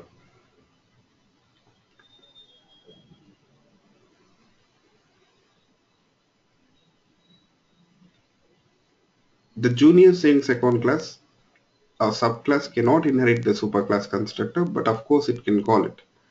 So that is how the subclass can make use of superclass constructor. So already we have a constructor. So why to write the code to initialize that variables again? So we will do one thing, we'll make use of it. Okay, we'll make use of it. Okay. So how will you add a constructor in the subclass which can be used to initialize the variables of superclass as well as subclass? Please make a note of it now. Adding a constructor to the subclass. So if you're supposed to add a constructor to the subclass, okay, if you're supposed to add a constructor to the subclass, this is what you have to do. So make sure that the cursor is on the class, right click on it, and you have source option here. You have source option. Yes. Okay.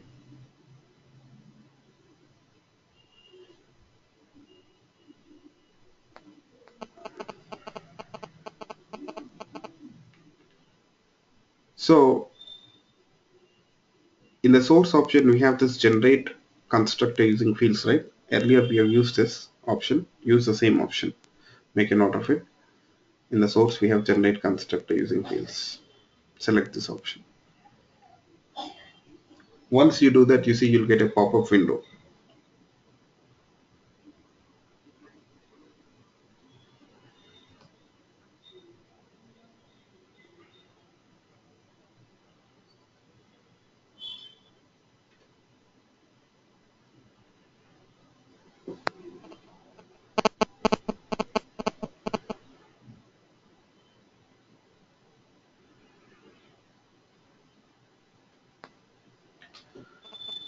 So now you see on top, the first option, it says select a superclass constructor to invoke. Select super constructor to invoke.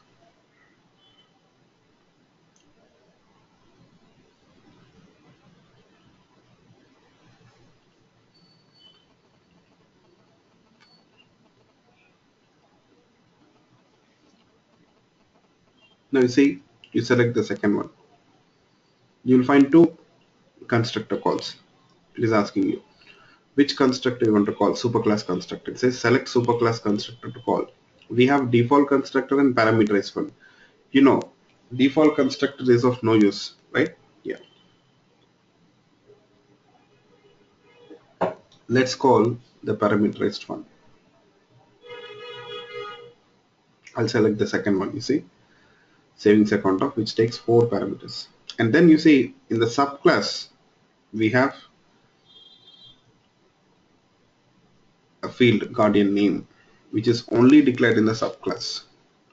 Okay, which is only declared in the subclass. So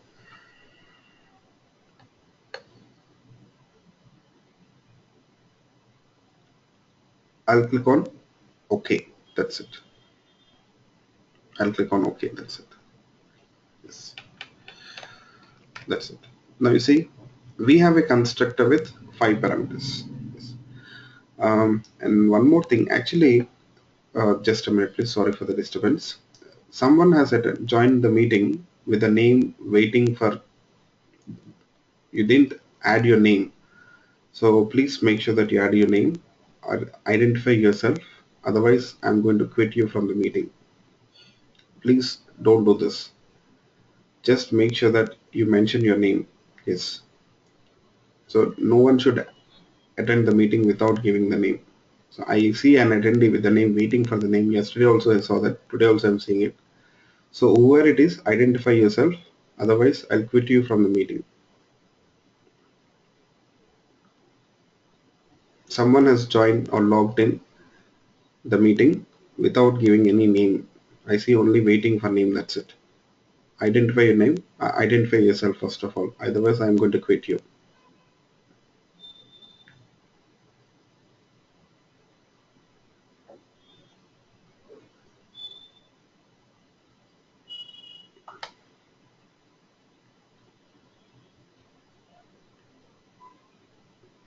So people are educated.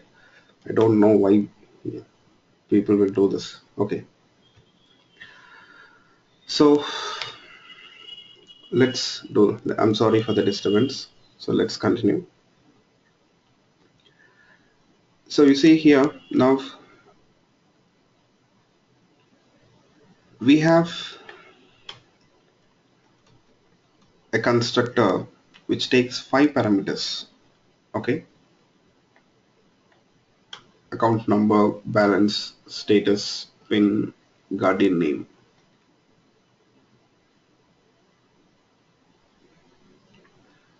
And you see, that means when you call this constructor, you have to pass 5 values, which will be used to initialize 5 variables. You know that we have 5 variables, right? Yes. Next thing, this statement, super, what it means. Basically, we are calling the superclass constructor here. So basically, we are calling a superclass constructor. So let's try to first show you people. I'll show you people how to call that constructor now. You see that subclass constructor, you'll pass 5 parameters, something like this. This time we'll not use this code to initialize the object. Okay, yes. Now if you see the statement, junior savings account,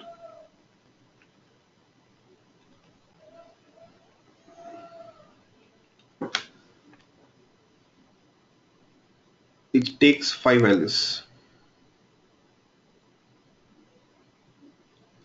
We are passing 5 values. That 5 values will be stored into this 5 variables here. Yes, into this 5 variables. So account number, balance, status, PIN, guardian name.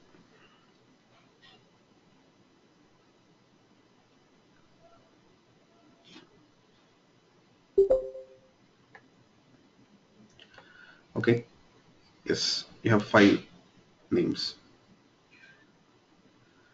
So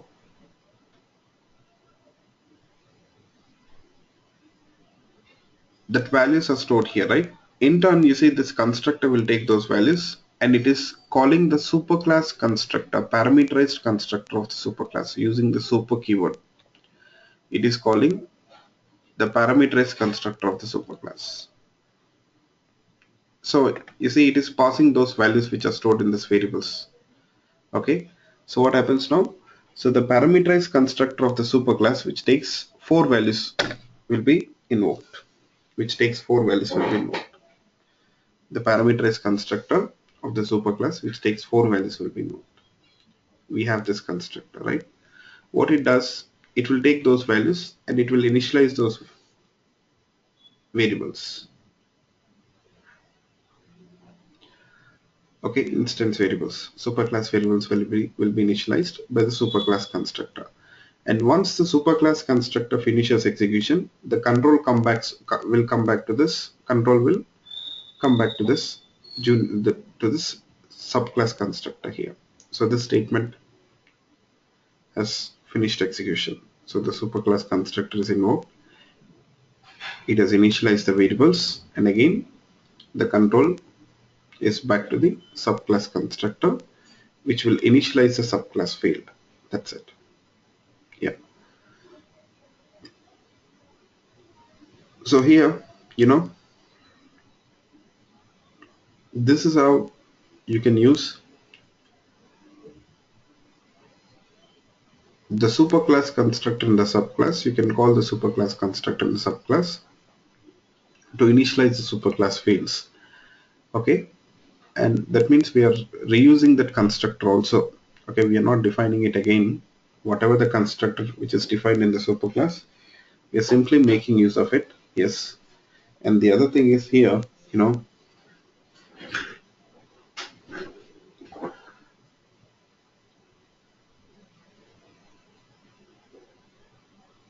the guardian name, that is subclass fields, will be initialized in the subclass itself.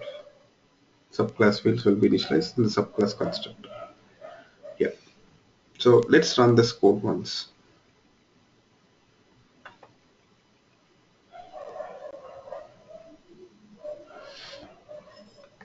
So hope everyone got it. So is it clear?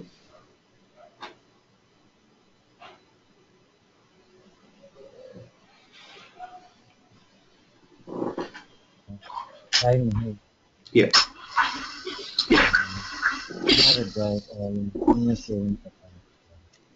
In the savings account, okay. In junior savings account. In the junior savings account, okay. So junior savings account inherited savings account constructor, right, with the keyword super, right? No, I said it is not in. It is not in.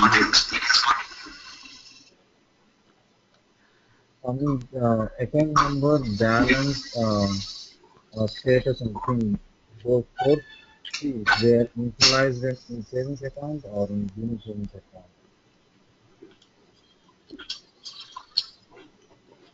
Basically, Because in the junior savings account constructor, we are using the again account number, balance, yeah. status, and PIN. And again, we are inheriting the super account number, balance, status, and Not PIN. inheriting. No, this is not inheriting. I said it is a call to the superclass constructor. Call to the superclass constructor.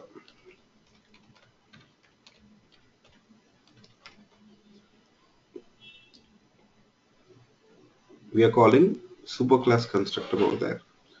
And whatever the values which are stored in this variables, account number, balance, status, PIN, that values in turn we are passing them to the superclass constructor. Okay. So basically we are invoking it, I can say.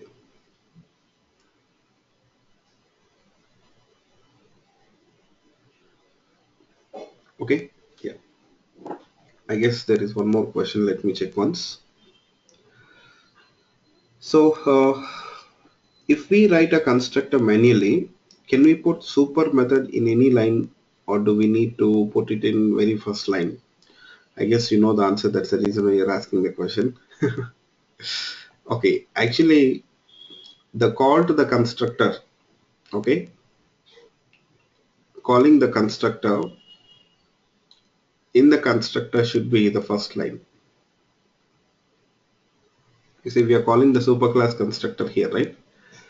So we should call that statement which is calling the superclass constructor should be in the first line. Okay, yeah. So hope you got it. You know what? I'll tell you one thing. Everyone also, there are really few things, very simple things. Maybe I can't really tell you people in the class or mention everything in the class because of various reasons. Few things, small things, such things you have to know it by yourselves. Class will not expose, or I can't really completely expose you people to this technology. There are few things which you have to do it from your side, and I guess, from years of experience, I came to know what you people can explore and what I can leave with you people and what I have to teach you people. Yes, that's it. Okay.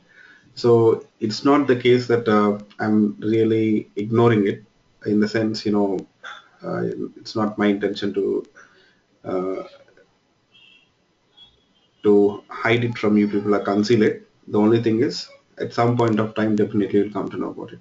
Some things you have to know that. You see, it's a very simple thing, right? So, especially if you use such tools, they will add it. Sometimes you will come to know about it if you read it. Somewhere you'll come to know about it. But it's not a big deal. That's the reason why I don't bother about it. Logically, it has got nothing to do, or there is no great, you know, uh, what is it, complexity in understanding that statement also. Yes. So please try to understand few things. Of course, I'll leave it to you people. Fine. So, and there are many such things. I'm not mentioning it. Very simple things. Okay, but you will come to know about it over the time when you practice it. Okay, or when you go through the some textbooks. I gave you people some textbooks, reference links also, right? So you may come to know about it. Yes, of course. You have to work from your side also on the technology. Only class is not going to help you people. Everyone, be cautious. Not only Java, but any technology, you have come to the stage doing MS or completed MS, you know how studies work. Yes. Please follow the same approach here also. But you know what? I'm very, very cautious to explain the things which are at most important, because what I will do is I will try to save some time for you people to explain complex topics, highly advanced topics. That is where I would like to spend some time. Okay, so that is the reason. There is no other reason. So I want to make sure that I buy some time for you people to explain more advanced, more complex field concepts rather than discussing such things. That's it. Okay, yes, fine. So let's move on. Now, hope you understood this. As of now, initializing the objects. Okay, yeah, you'll find that. So we can do this. We can call a superclass constructor. Now, many people were asking from that time, what is the super? Now you got it. So what is it? We are calling the superclass constructors. Okay, we are calling the superclass constructor. Basically, the subclass cannot inherit a superclass constructor, but of course, subclass can call a superclass constructor using super keyword. Okay, yeah, and here there is one more thing. For suppose if I want to call a default constructor of the superclass, then what to do? For suppose, what if I want to call a default constructor, what to do?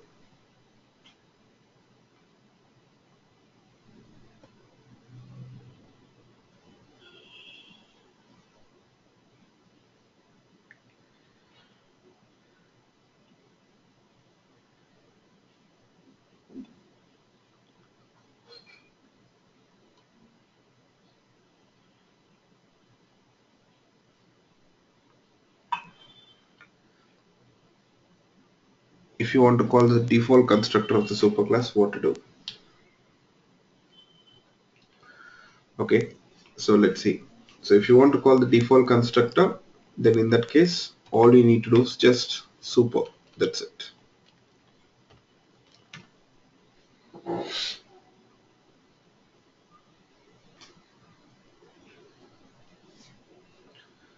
Use super. Yes.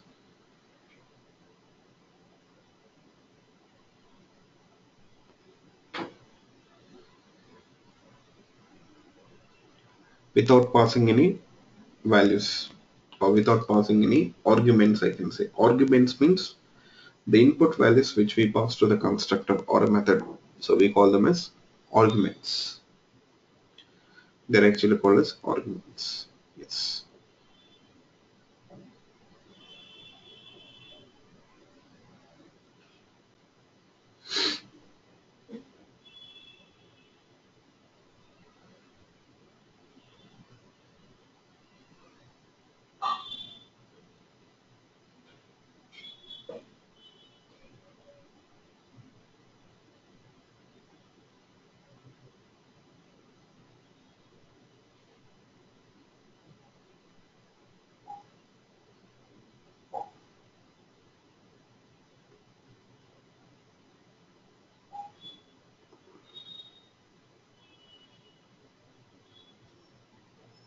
Okay. Next, let's move on. Here,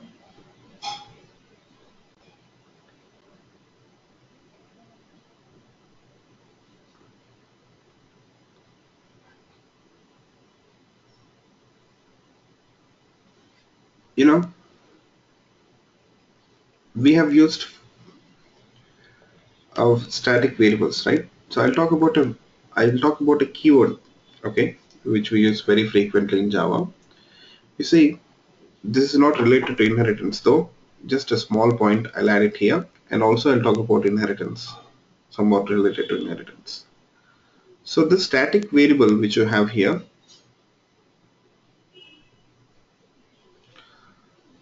okay, so there is a question, just a minute before I move on. So can super, yeah, but you have to use it within the class. Within the class you can do it. Within the class you can do it. Super dot withdraw. Within the subclass, within the subclass, you can write the code super dot withdraw to call superclass method. Okay, we have static variable here, and even you'll come to know about it at some point of time. In the code I'll show you people. Yes, definitely we'll see that also. Soon you're going to see that. We'll be calling superclass methods. We have static variable float. I have a question for you people regarding the static variable. Can we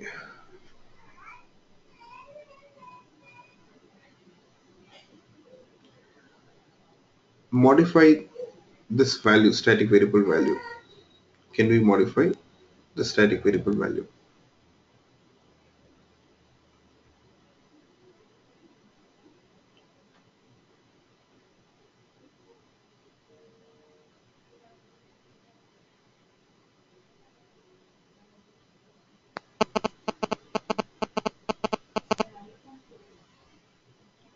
Yes.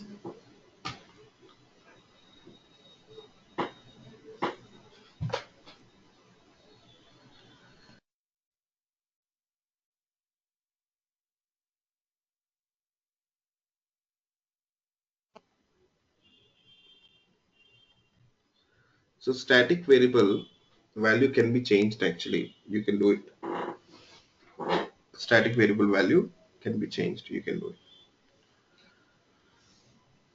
But for suppose, let's say I don't want that value to be changed because you see, it's a constant value. It remains same for all the savings account objects, right? So how can we make it constant? That means I don't want that value to be changed. I don't want that value to be changed. Yes, you can declare it as final. You can declare it as final. Not only for static variables, actually you can use static keyword for any type of variables. For static, for non-static, for local variables also you can use static keyword. It works. Okay. Yes. Next,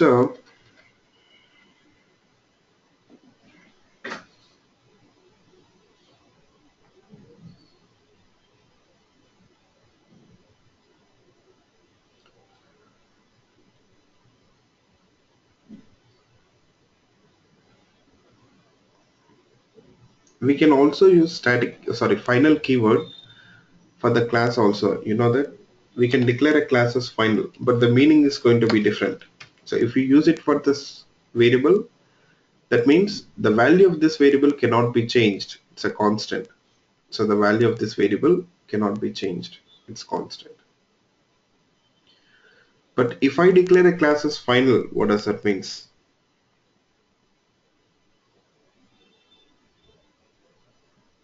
Uh, you're talking about class, Pranit. If I declare a class as final, that is what you're saying.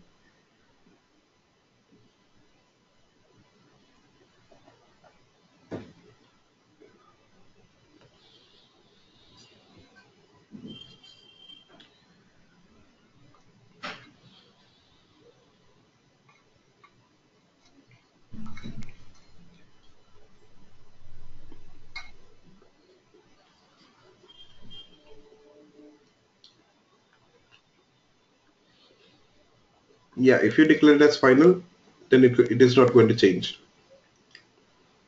You cannot change it. Yeah.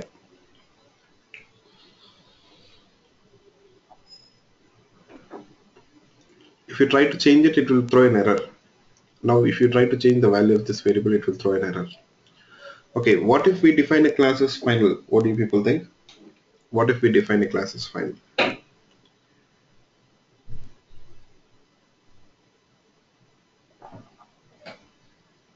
What if we define the class as final? What happens?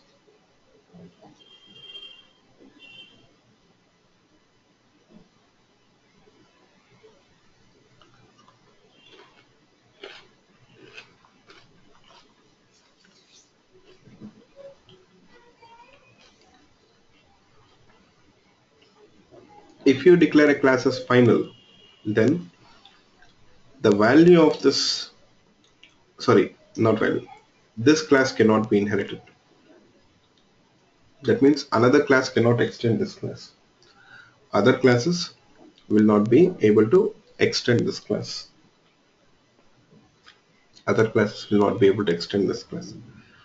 So we don't want this class to be inherited by other classes. That is what the meaning of final is here. Okay. You see, immediately you're going to get an error in the subclass. Alright. Now I can't say junior savings account class is a subclass. If we try to make this class extends extend savings account class, you see, you will get an error. It says type junior savings account cannot subclass the final class savings account. So other classes cannot extend final class. Other classes will not be able to extend final class. Other classes will not be able to extend final class. That's the meaning of final keyword. So hope you people got it. Yes. So any questions? We can also use final for methods also, but we'll talk about it later on. Yeah. So is it clear for everyone?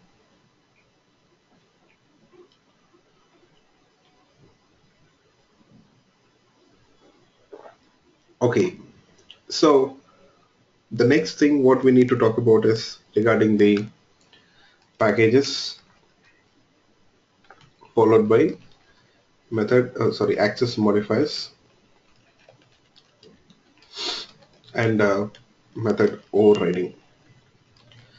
So these are the things which I'll discuss in the next class. Okay. So these are the three topics which I'll be talking about in the next class. Okay. Yeah. Packages, access modifiers, and method overriding concept. So this method overriding is very, very important for you people. Okay. Method overriding is very, very important. Yeah. So we'll meet tomorrow again at the same time and we'll continue our discussion. Yeah. Okay. We got a class tomorrow at same time. So thank you all. Bye bye.